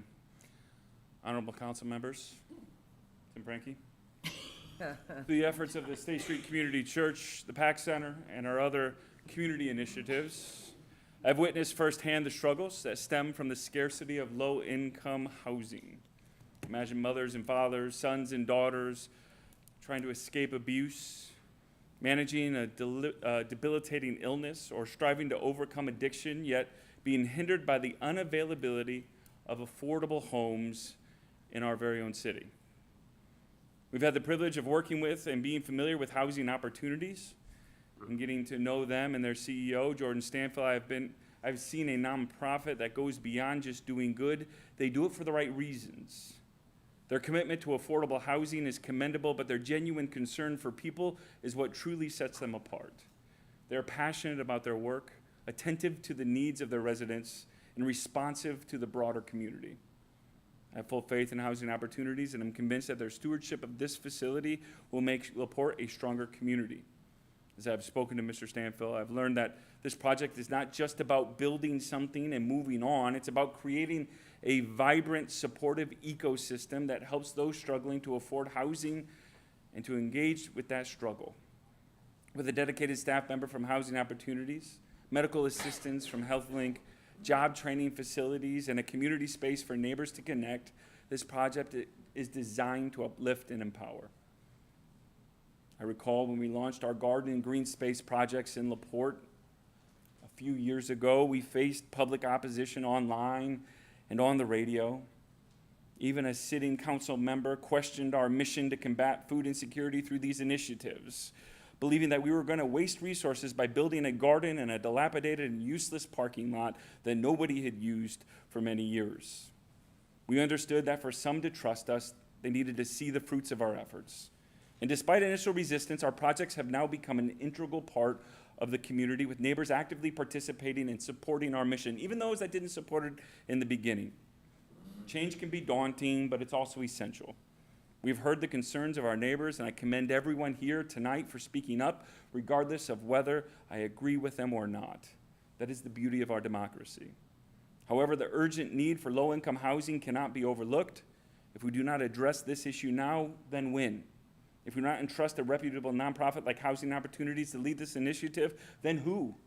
If you say no now, who will you say yes to? I trust Housing Opportunities and believe they are addressing a critical need in our city. For these and many other reasons, I wholeheartedly endorse this project. Thank you. Thank you, sir. State Representative Jim Pressel.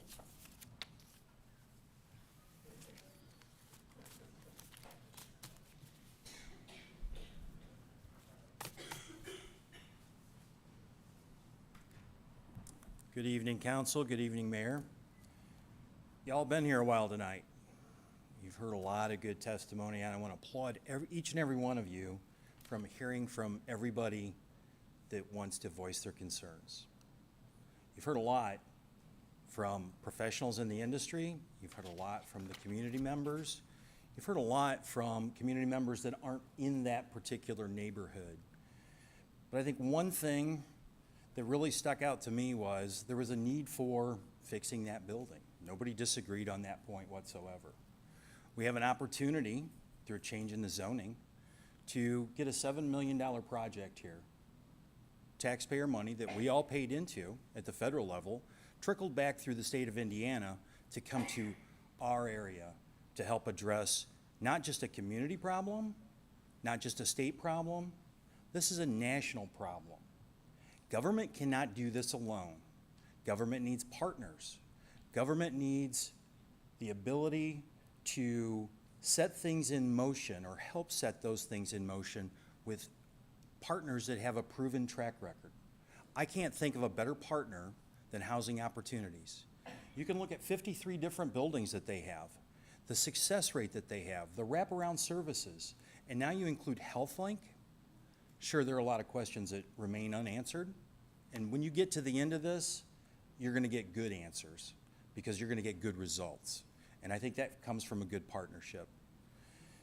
So I won't belabor it. You've heard about everything anybody can say, and I've been in your seat before. I'll be in your seat again next year. No vote's easy. They're all tough. You have to respect the opinions of everybody that's been here in front of you tonight. But you have to represent the community as a whole.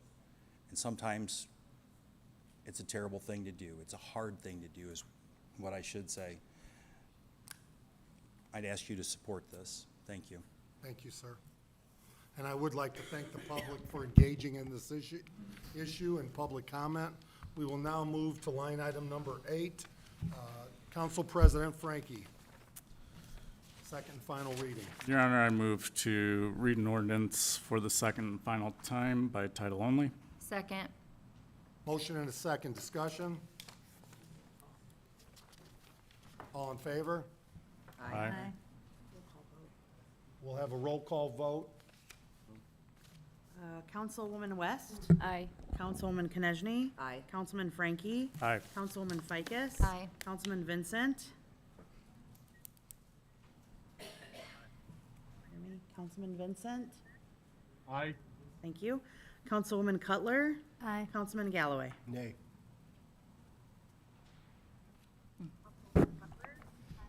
President Frankie. An ordinance to amend the zoning ordinance of the City of LaPorte, Indiana, as enacted August 21st, 2017, which is a part of the Chapter 82 of the Municipal Code of the City of LaPorte, by amending the official zone map that are a part of the zoning ordinance in order to rezone one parcel of real estate in the City of LaPorte. End of title. So, Planner Craig Phillips is here. If you would come over, please. Thank you, Mayor and members of council. First of all, I would like to pass out a letter that I've been asked to distribute from an individual who was not able to be with us this evening. Make sure that this is brought into the record.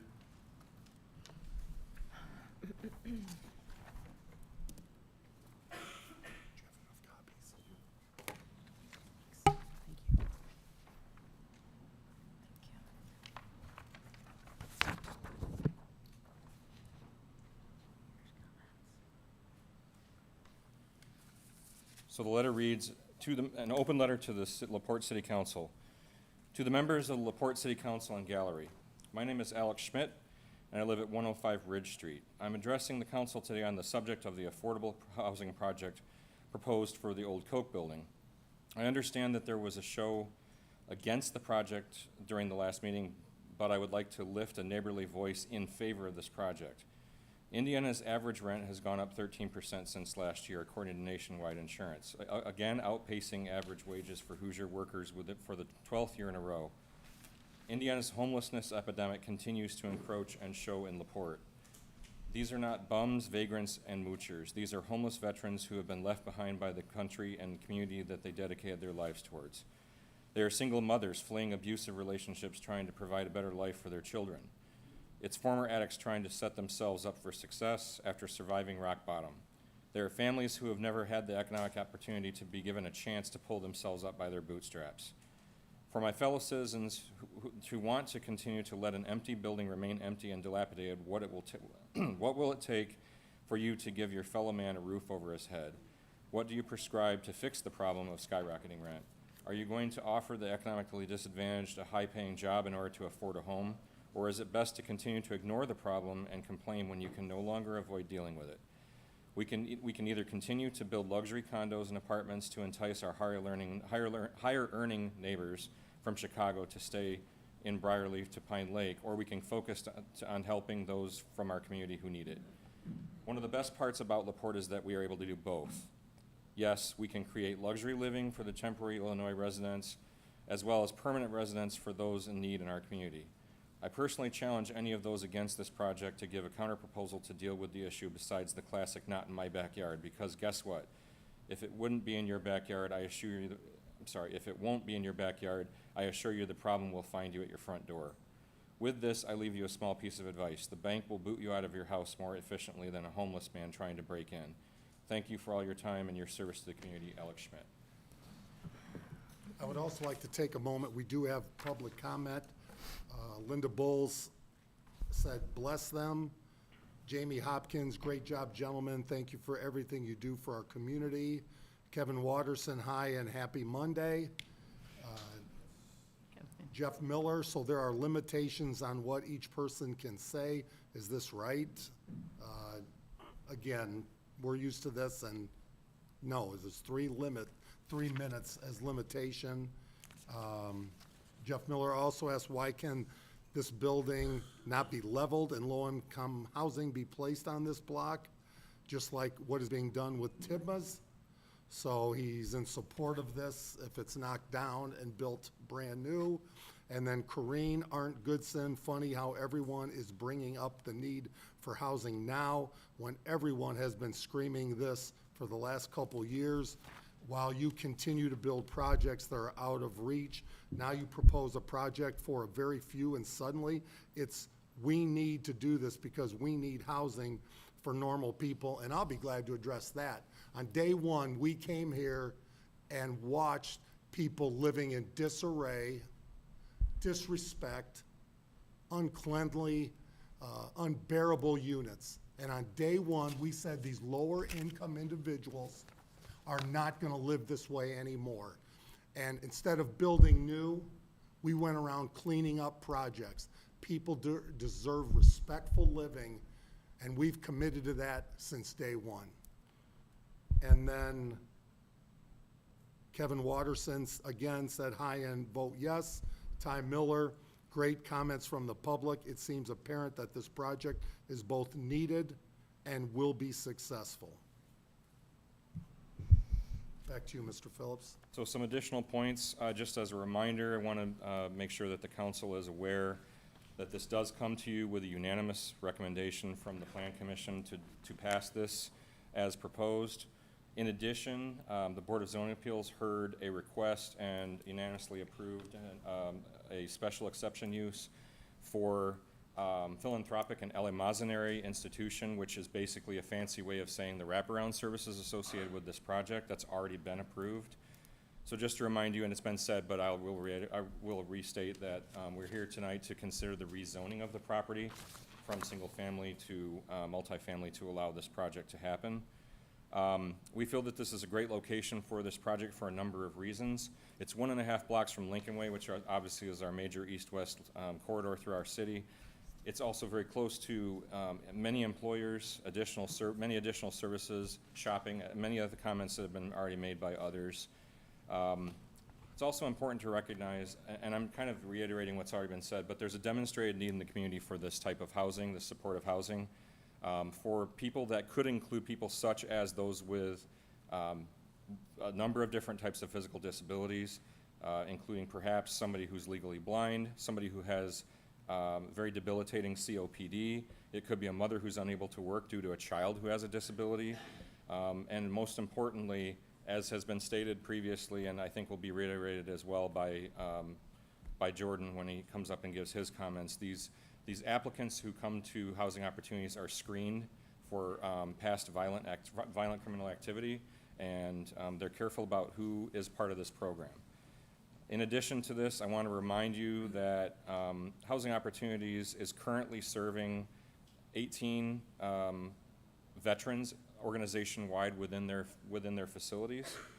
And this does, as been stated as well, it represents a $7.5 million investment in what is currently a vacant building that, if left empty, could lead to squatters, illicit activity, vandalism, vagrancy, and those sorts of negative aspects of the community that will put additional stress on our police force to remedy if those things come to pass. And so now I'd like to turn it over to Police Chief Paul Breton to make some additional comments with regard to public safety when it comes to this proposal.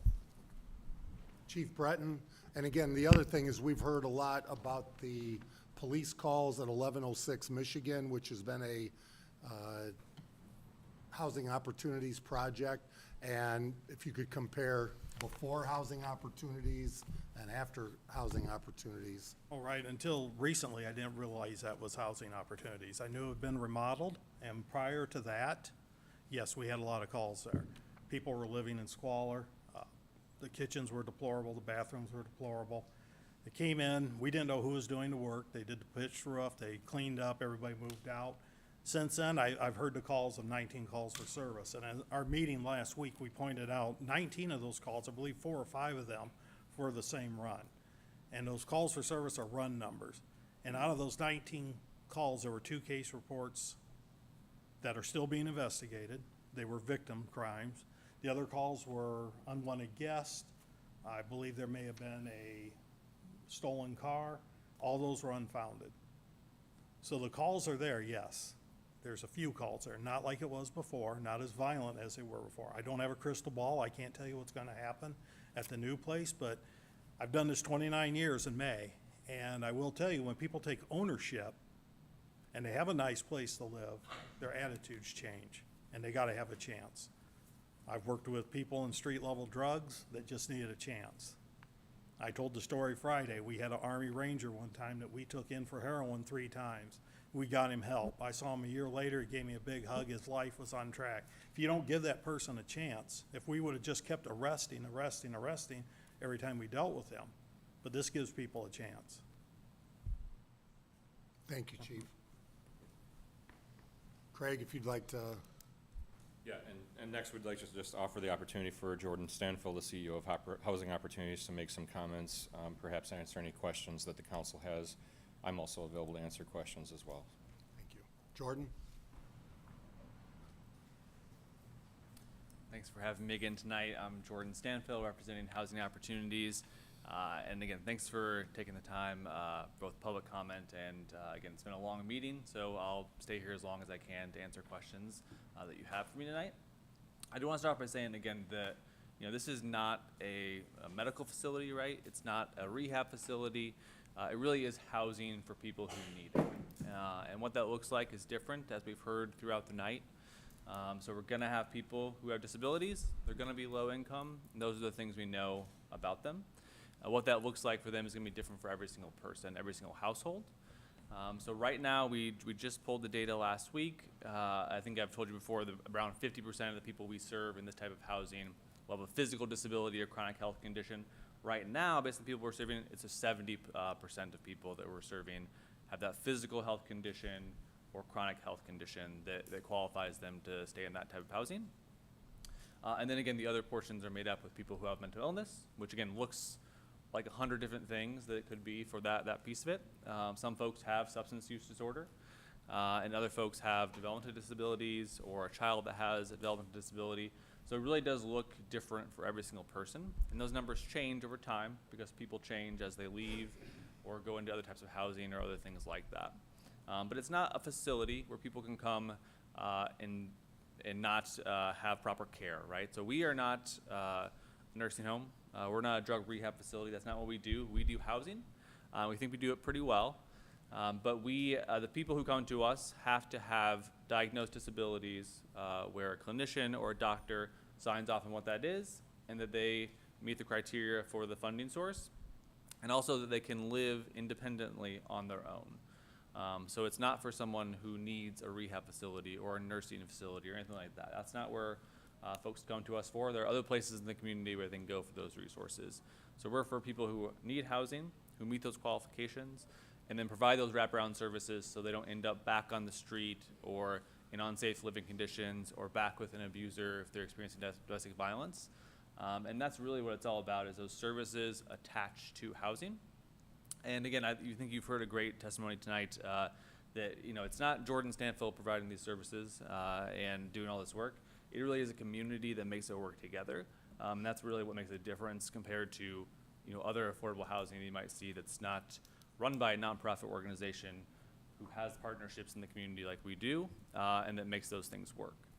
And again, I'm happy to answer any questions you have. Yeah, thank you. Questions? This is not a public meeting. This is for the council members. This is for the council. If we could, we're gonna have council members, questions. I have a question. Oh, sorry, go ahead. Laura Cutler. Well, my question is, 1106 Michigan, what year was that completed? Completed, I think it's in spring of 2021 or 2022. It was recent, Yes. right? Because I did want to speak in favor of my ward and the calls that I have fielded for 8 years for the location across the street from the Y and for this location. For 8 years, I have fielded complaints. I have been there in support of St. Peter's Church and other people in the area that found that property to be so problematic. And now, weekly, daily, I pass that location. I see families out gathering on the weekend. I see kids getting off buses and their parents standing right out there to greet them. It's a happy location, and it looks visually like it fits more within that historic area. This is Michigan Avenue. This is a historic avenue that this town takes a lot of pride in, and what you did there was incredible. Appreciate that. And, I think multiple people have talked about this tonight too, but I think it's important for me to reiterate that as well, is that we are not perfect, and people are not perfect. And so I cannot tell you that we will not have police calls any of our properties, because that's simply untrue. Anyone who tells you that in dealing with housing or people is simply not telling the truth, right? And so we will have issues with tenants over the years, for sure. So that's the one thing I can guarantee you. But the part that sets us apart from other landlords who aren't invested in the community is that I am a phone call away. I won't give you all my personal address if I could do that Maggie suggested, but again, you have my number, the police chief has my number, the mayor does. I'm happy to give those numbers out to neighbors as I have, because that's what we want to do and be invested in our community, make sure it's a place where families can come together and be in touch with their community too, not just isolated by themselves. That's how people grow and make changes in their lives over time, is that community support. So one thing to the police calls, I had an opportunity to talk to Police Chief Andrew McIntyre from Valparaiso. He's a LaPorte guy, played baseball at LaPorte, once a slicer, always a slicer, and we got into the conversation of housing opportunities or the homeless shelter on Calumet. There were 45 calls. That is a shelter. I said, compare it to what, because he lives here just south of LaPorte, and I said, have you seen the 1106 Michigan Ave location? Have you seen housing opportunities, other projects? He says, absolutely.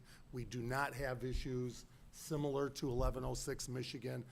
I know 505 Freeman in Valparaiso, and I think it's 605. Craig Phillips has the call reports. We had a woman, senior woman, hang up the phone. She called 911 and hung up. We're not gonna obviously kick them out for that. We had 2 people that needed medical assistance, and there was 1 fight. Sure. So, we average, as you see, and I forget how many police calls a day, a year here in LaPorte. That was for all year. So, on Freeman Street, which is exactly what we're looking to do here and have done at Michigan Avenue. Yeah, and again, no one's perfect. Whenever you put people together in any type of housing, whether it's market rate or not, you're gonna have, things that come up. But again, it's how you deal with it and how you approach that to make sure you mitigate those opportunities. And then when something does happen, we can step in and make sure we're handling things the right way and keeping people safe in those conditions. And I think, someone said it best earlier, is that it's important to, humanize who we're talking about, and that, we all know people who have who are low income, who have a substance use issue, who might have a disability, and it doesn't mean they're criminals, right? And so I think that's an important piece to keep in mind in the space we're talking about. And certainly, again, that's not the case for every single person that we interact with, but most of the people that we serve on a daily basis have no criminal history, and that's normal for most of the people you interact with in your lives, right? And so there's not a lot of difference. Repeat that again, I'm sorry. Yeah, so again, for most of the people we interact with have no criminal history. Certainly some people do, but that's typical of anyone else that you come in contact with in your daily life, right? Like, you may have a cousin, as I do, who has a substance use issue. It doesn't mean he's a criminal, right? It means he has a health issue that he's working on. Again, some people do commit crimes when they have those issues going on, but it's not the case for the majority of people in the world. I think that's an important way to look at it from the perspective of who we're serving and why we're serving them.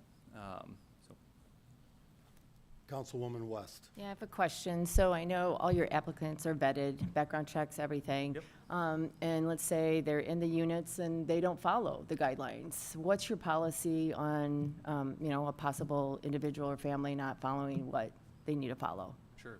Yeah, so just like any other tenant in any other community, we have a lease that's a legally binding agreement between us and the tenant. And so if they're in violation of that lease, then we take steps to, again, mitigate the circumstances. And usually it's a simple thing, right? Whether it's they're late paying their rent, or they're having a dispute with their neighbor, which is very common for people who have neighbors, then we can intervene immediately to try and resolve the issue. And if it's more extreme than that, again, we take more extreme measures up to eviction. We do not evict that many people, so I think we average less than 3 times we have to go to eviction court a year. And generally, it's for non-payment of rent, and generally, it's because we've gone through, you know, a 5 to 10 step process to try and remedy that issue and haven't been able to. But that's the piece where we, you know, the difference between what we do as a nonprofit in supportive housing versus a private landlord is they're probably not going to intervene in that same way with the supports around how to solve that issue, whatever it might be. Whether it is something, you know, they had a guest over that caused an issue, which is also very common, we can help resolve, hey, that, you know, I guess can't be here anymore, right? Like, this is a secure building. We don't want that, those things here. So here's the consequence if it continues to happen, up to leading to eviction, a non-lease renewal, or asking someone to leave, which are all tools we have to make sure we don't have those ongoing issues. Thank you. And remember, this is not public comment, so obviously there's longer than the 3 minutes. I know most of the people here know that. Other questions? President Frankie. Where's the line drawn in terms of criminal history? You know, what qualifies people, yes, you can live here versus no, you know, your criminal history. Yeah, so there's 2 big pieces for us, right? And really we look at what disqualifies someone from being eligible for our housing. And so the first one is having a sex offense. So if you're a registered sex offender, you simply can't live in any of our properties for a variety of reasons, but mostly because we serve families in all of our buildings as well. And then for someone who has a conviction for a violent crime against another person. So those are the 2 things we look for. And honestly, you know, maybe 2 to 3 times a year do we have someone get screened out for those things. And again, it happens before they go into housing, obviously, we do that screening. So it's a rarity that happens. The same way it's a rarity where we have someone who applies for our housing who's over income qualified. So it's incredibly rare for those 2 things to happen. It does certainly happen for sure. And certainly, you know, we want to make sure we had those things in place, both from our side and then also from, in this case, for this project, there's additional screening from the state.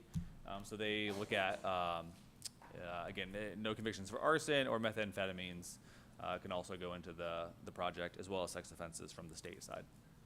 And then the answer is clear to me, but it's one thing that I've heard a few times from residents, but just to be clear, you've not rented to a convicted murderer nor rapist in the past, nor would you in the future. No. Thanks. And the average stay, again, for a tenant, because this is not a transient location in your other. Yeah, supportive housing, a little over 5 years is our current average length of stay. So this is more of a question for the mayor and police. If it turns out that this property does become a chronic nuisance, right? It's the major concern of the constituents, and I can appreciate that. Also, I said on the housing initiative for LaPorte County in conjunction with the Healthcare Foundation, I'm a independent realtor. I've seen the need that we have in the community. We can talk all day long about housing of all types. When you tell me that we're gonna build a $500,000 spec house, I think that's just absolutely crazy. I think the most vulnerable and the biggest need is for the low to moderate income. When we see rate rents that were promised to be affordable, which I'm not targeting your organization or what your intentions are, but a studio is $900. It's just unconscionable to me. I don't understand how that fits the needs of what we have in the community. But my question for you, again, city officials, is what would constitute a chronic nuisance? And if this facility did go against the grain of everything that their organization has done in the past, how do we handle that? How do we combat that? Because if this is approved, just the rezoning, and you are successful to have this opportunity brought into the community, these folks, and I'm a citizen, we need reassurance that something can be happened, or something can be rectified, and not just a promise of increased patrolmen or whatever else. But if it truly becomes a chronic nuisance, what's the answer? So, and it's great that, I think Chief Breton, are you still here? Right now with Jeff. Chief, if you want to come forward, one of the things we changed with this council that's been ignored for years is that you might have an apartment complex that 20 of those apartments are fine. You have one that continues to be a problem for whatever reason. Once you have 5 police calls in 6 months, we can remove that individual, move forward to remove that individual out of that apartment complex. You know, everybody can talk about it in the past. We've done it, and we don't tolerate that behavior. And Chief, myself, Jeff Batchelor will personally go and condemn that apartment, let the landlord know, and remove that individual. And obviously, those aren't victim calls. Those aren't victim calls. So we will continue. Housing Opportunities is no different than 701 Maple or wherever it needs to be, even though we no longer have police calls here, because we're partnering with quality organizations to build affordable housing and other types of housing. But we're not gonna do the things we've done in the first few years to set a new standard and then ignore whether it's Housing Opportunities or somebody else causing problems for other tenants. Trust me, we'll work closely with them. Thank Does you. that answer your? Yes, thank you. Other questions? Jordan, you said 17 veterans, and that's big, because LaPorte is a community that supports their veterans. How often does that, a veteran come across? I heard 17. Sure. How often do you deal with veterans? Yeah, on a fairly regular basis. So we work really closely with the VA. So they attend meetings with us monthly, and we work with our outreach staff and stuff. Again, our direct staff on a daily and weekly basis. So, you know, one of the things we've done that is not my initiative started, but since Housing Opportunities has been an organization, has been that for any program we operate, whether that's shelter or any of our rental assistance programs or our housing or supportive housing, the veteran. Veterans who apply go to the top of the list. So that's one of the priorities we have across any program we operate. So if we have a veteran who would qualify, they would prioritize over anyone else, again, as long as they meet the qualifications in that way. And again, we've, have, in all of our supportive housing projects, we have at least one veteran currently. We also have met this past week with a couple passionate neighbors that want to do what's best for their neighborhood. And Chief Breton and I, and any of you, I think it'd be good with Lisa Pierzakowski, but can meet on a monthly basis just to say, hey, this is what's going on in the neighborhood. And if this passes, to make sure they're up to date on a monthly, we're watching, because again, they want to also help us address the current homes and rentals, which they're going to have to be fully supportive of, because this is what they want to eliminate. So we will be now, and again, we had other issues coming forth, but neighbors in that area that want to address the tenants and the bad landlords, we're coming very soon, very, very soon. So with that, other questions for Jordan? Before the vote is asked, I would remind the public to please continue to be respectful. We will take a 3-minute recess after the vote, so anybody that does not want to stay for the next portion of our meeting can leave, and we will not be disrupted. Mr. Phillips, is there anything you need to add? No, thanks. Do I have a motion to approve? So moved. Second. Do I have a second? I have a motion and a second. Council comments. Here. I'd just like all the residents and constituents of LaPorte to understand that your concerns have not gone unheard. I see, not my literal, but my mom in the audience. I see little baby talks and noises. All of this is true, all of this is real.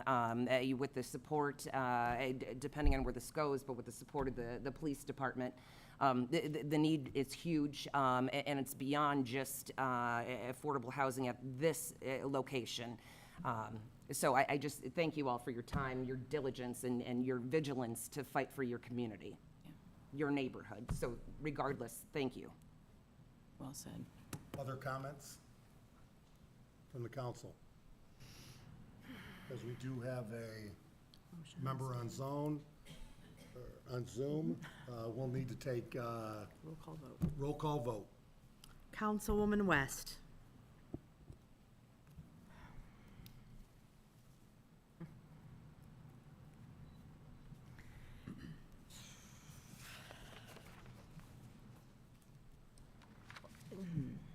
Can I say something? Or do I have to vote? Or do I have to? This has been weighing very heavily on me as well. This is in my ward, and I've heard from other people that have reached out to me. I've talked to them, found out how they feel about everything. Though this is like the first night for me to sit and hear so many people in support of this rezoning.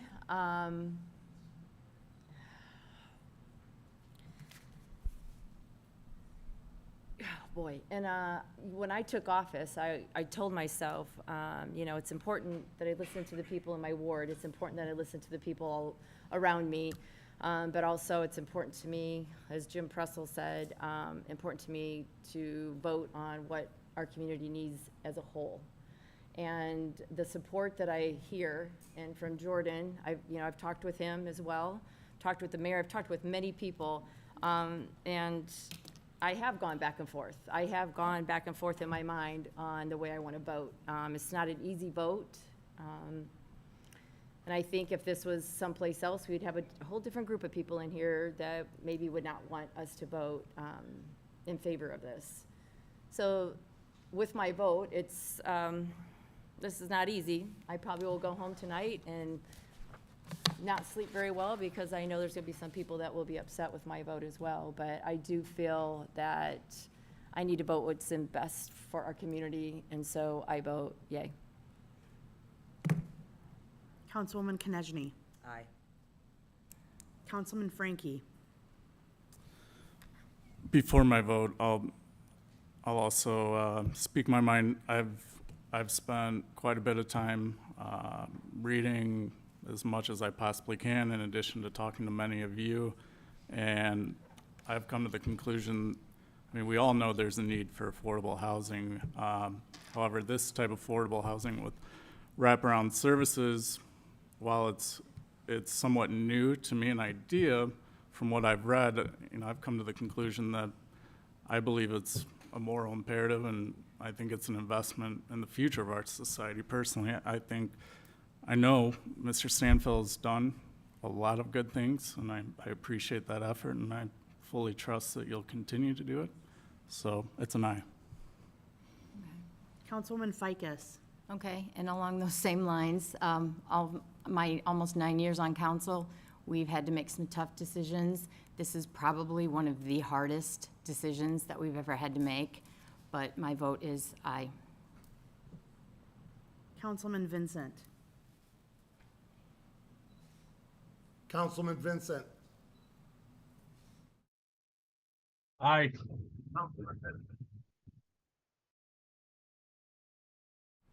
Councilman Galloway. Well, I know we were elected to serve the people. I agree this is much needed. And I'm gonna have to say nay.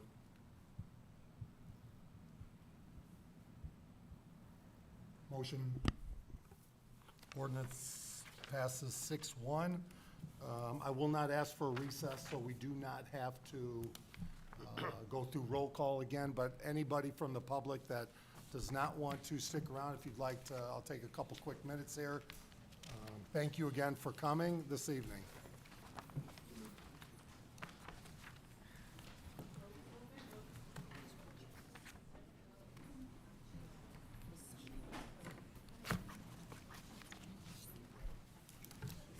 No.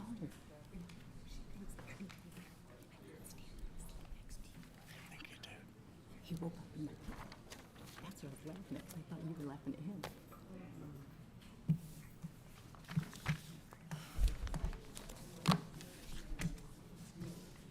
Oh, I didn't get that at all.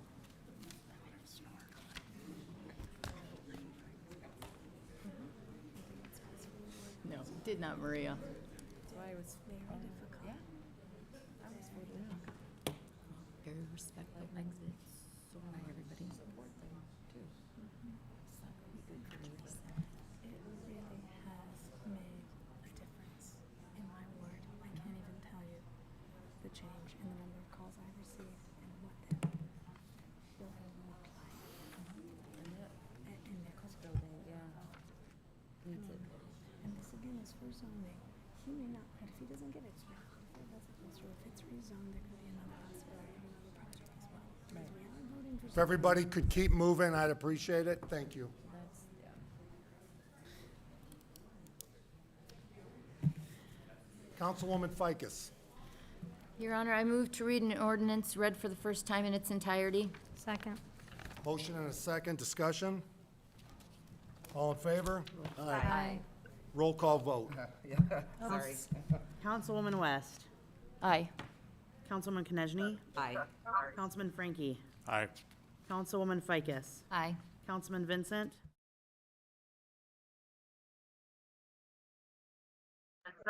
Aye. Councilwoman Cutler. Aye. Councilman Galloway. Aye. Thank you. Councilwoman Ficus. An ordinance to vacate a portion of Darrow Street, Warden Street, an alley between Darrow Street and Cook Avenue, and an alley between Warden Street and Darlington Street.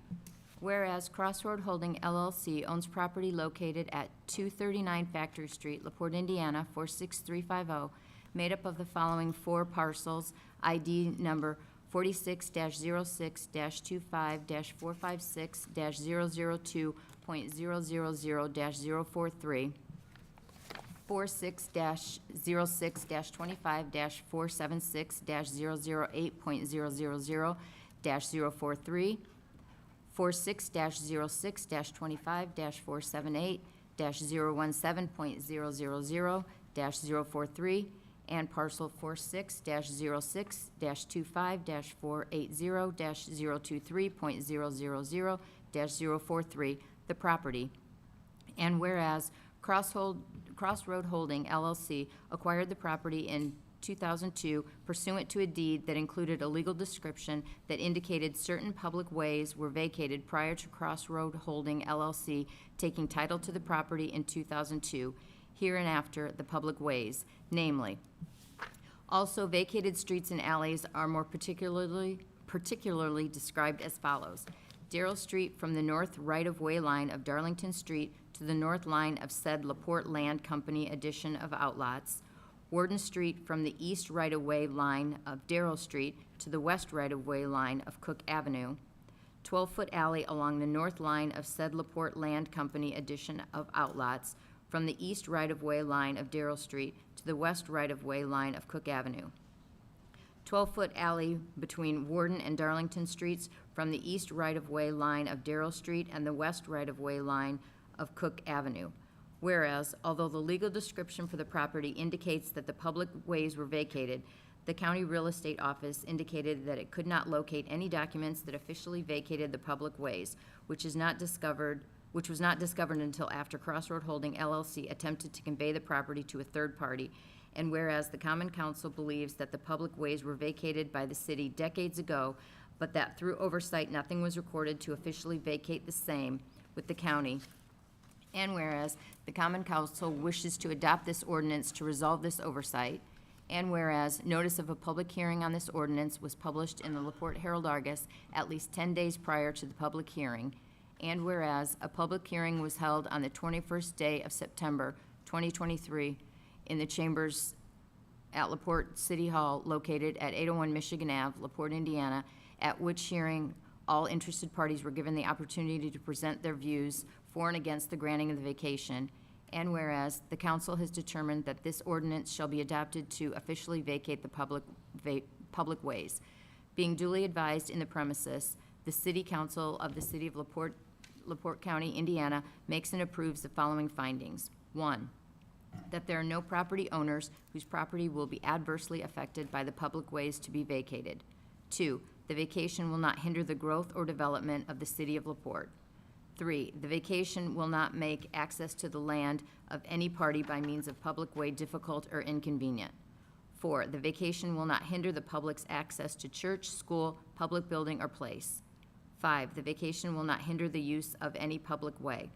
6, the vacation requested by the City of LaPorte is in the best interest of the health, safety, and welfare of the citizens of LaPorte. 7, the vacated streets and alleys are taken by Crossroad Holding LLC, subject to any public utility easements of record. Now therefore be it ordained by the City Council of the City of LaPorte, LaPorte County, Indiana, as follows. Section 1, that the following described real estate is hereby subject to retention of existing utility easement of record vacated. Darrell Street from the north right-of-way line of Darlington Street to the north line of said LaPorte Land Company addition of outlots. Warden Street from the east right-of-way line of Darrell Street to the west right-of-way line of Cook Avenue.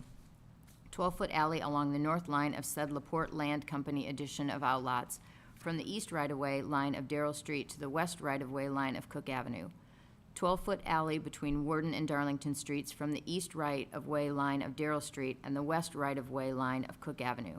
Section 2, the Clerk Treasurer of the City of LaPorte is requested and directed to record this ordinance in the Office of the Recorder of LaPorte County, Indiana, and also to present this ordinance to the LaPorte County Auditor. Section 3, this ordinance shall be full force and effective from and after its passage, adoption, and publication is required by law. End of ordinance. Mr. Phillips, would you like to explain this? Or, it's traffic, I'm sorry. Well- Sorry. I can help too. Yeah, I was gonna say, it did come to Traffic Commission, but Nick said basically it's, Crossroad Holdings went to sell the property and they couldn't record the deed because on their deed it says that they own, that the alleys were vacated, but it was never recorded. So this is just the ordinance to show that we are vacating the alleys, and it just makes the transition smoother, and I know. I think what's happened, as Carol is mentioning, the deed records show the alley is owned by the respective property owners, but as surveyors are doing due diligence for a transaction, they can't find how the alley ever got vested in title with Crossroad Holding and the adjoining owner. So our guess is 50-some years ago, probably the ordinance vacating the alley never got recorded. And so this is really just catching the vacation with the deed record so that ownership is properly reflected for the surveyors as well as for title companies. Questions? I think we have the wrong date That's on what I the wanted ordinance. when I read that. It says was held on. September 21st, 2023. Should that be August? Yeah, yes. So can we make that change before the next meeting? Yes. Other questions? Should be open up then for a public, So now we will move to public comment. Would like, open a public hearing. I'm sorry, public hearing for this agenda number 9. Is there anybody from the public that would like to speak? It has been posted in the newspaper, if you'd like to read We have the that. affidavit of publication from the LaPorte County Herald Dispatch of August 8th, 2023, giving notice of the hearing tonight on this ordinance. Is there anybody from the public that would like to speak? Anybody from the public? At this point, I will close public hearing, and this is an introduction, so we will bring this back, if you can believe, in September. And just, if you haven't seen, is September 6th. If you haven't had an opportunity to see Darlington Street behind American Rental-It, we've heard from the community about how bad that road is. Make sure you look at that. It's in the process of being redone. It's, for our industrial park there on the east side, it's going to be fantastic. So make sure you take a look at that. Other than that, anybody have any comments?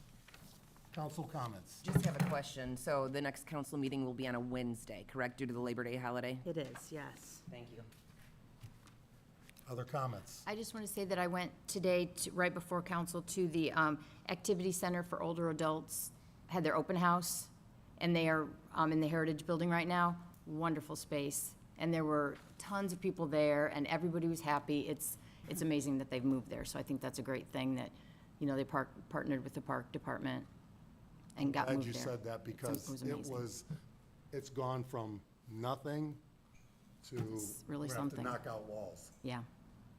And the amount of people tonight that were actually signing up to be members of the activity center, like, they all had they were at their little tables filling out all their forms. It's only $18 a year to be a member. And I thought it was amazing. Other public comments? Do I have a motion to adjourn? Motion to adjourn. Second. All in favor? Aye. We have to Do we have to vote. Roll call vote. Sorry. Councilwoman West. Aye. Councilwoman Konechny. Aye. Councilman Frankie. Aye. Councilwoman Ficus. Aye. Councilman.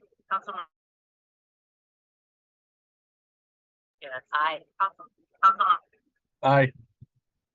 Councilwoman Cutler. Aye. Thank you. Councilman Galloway. Aye. Thank you. Opposed? We are adjourned, everybody.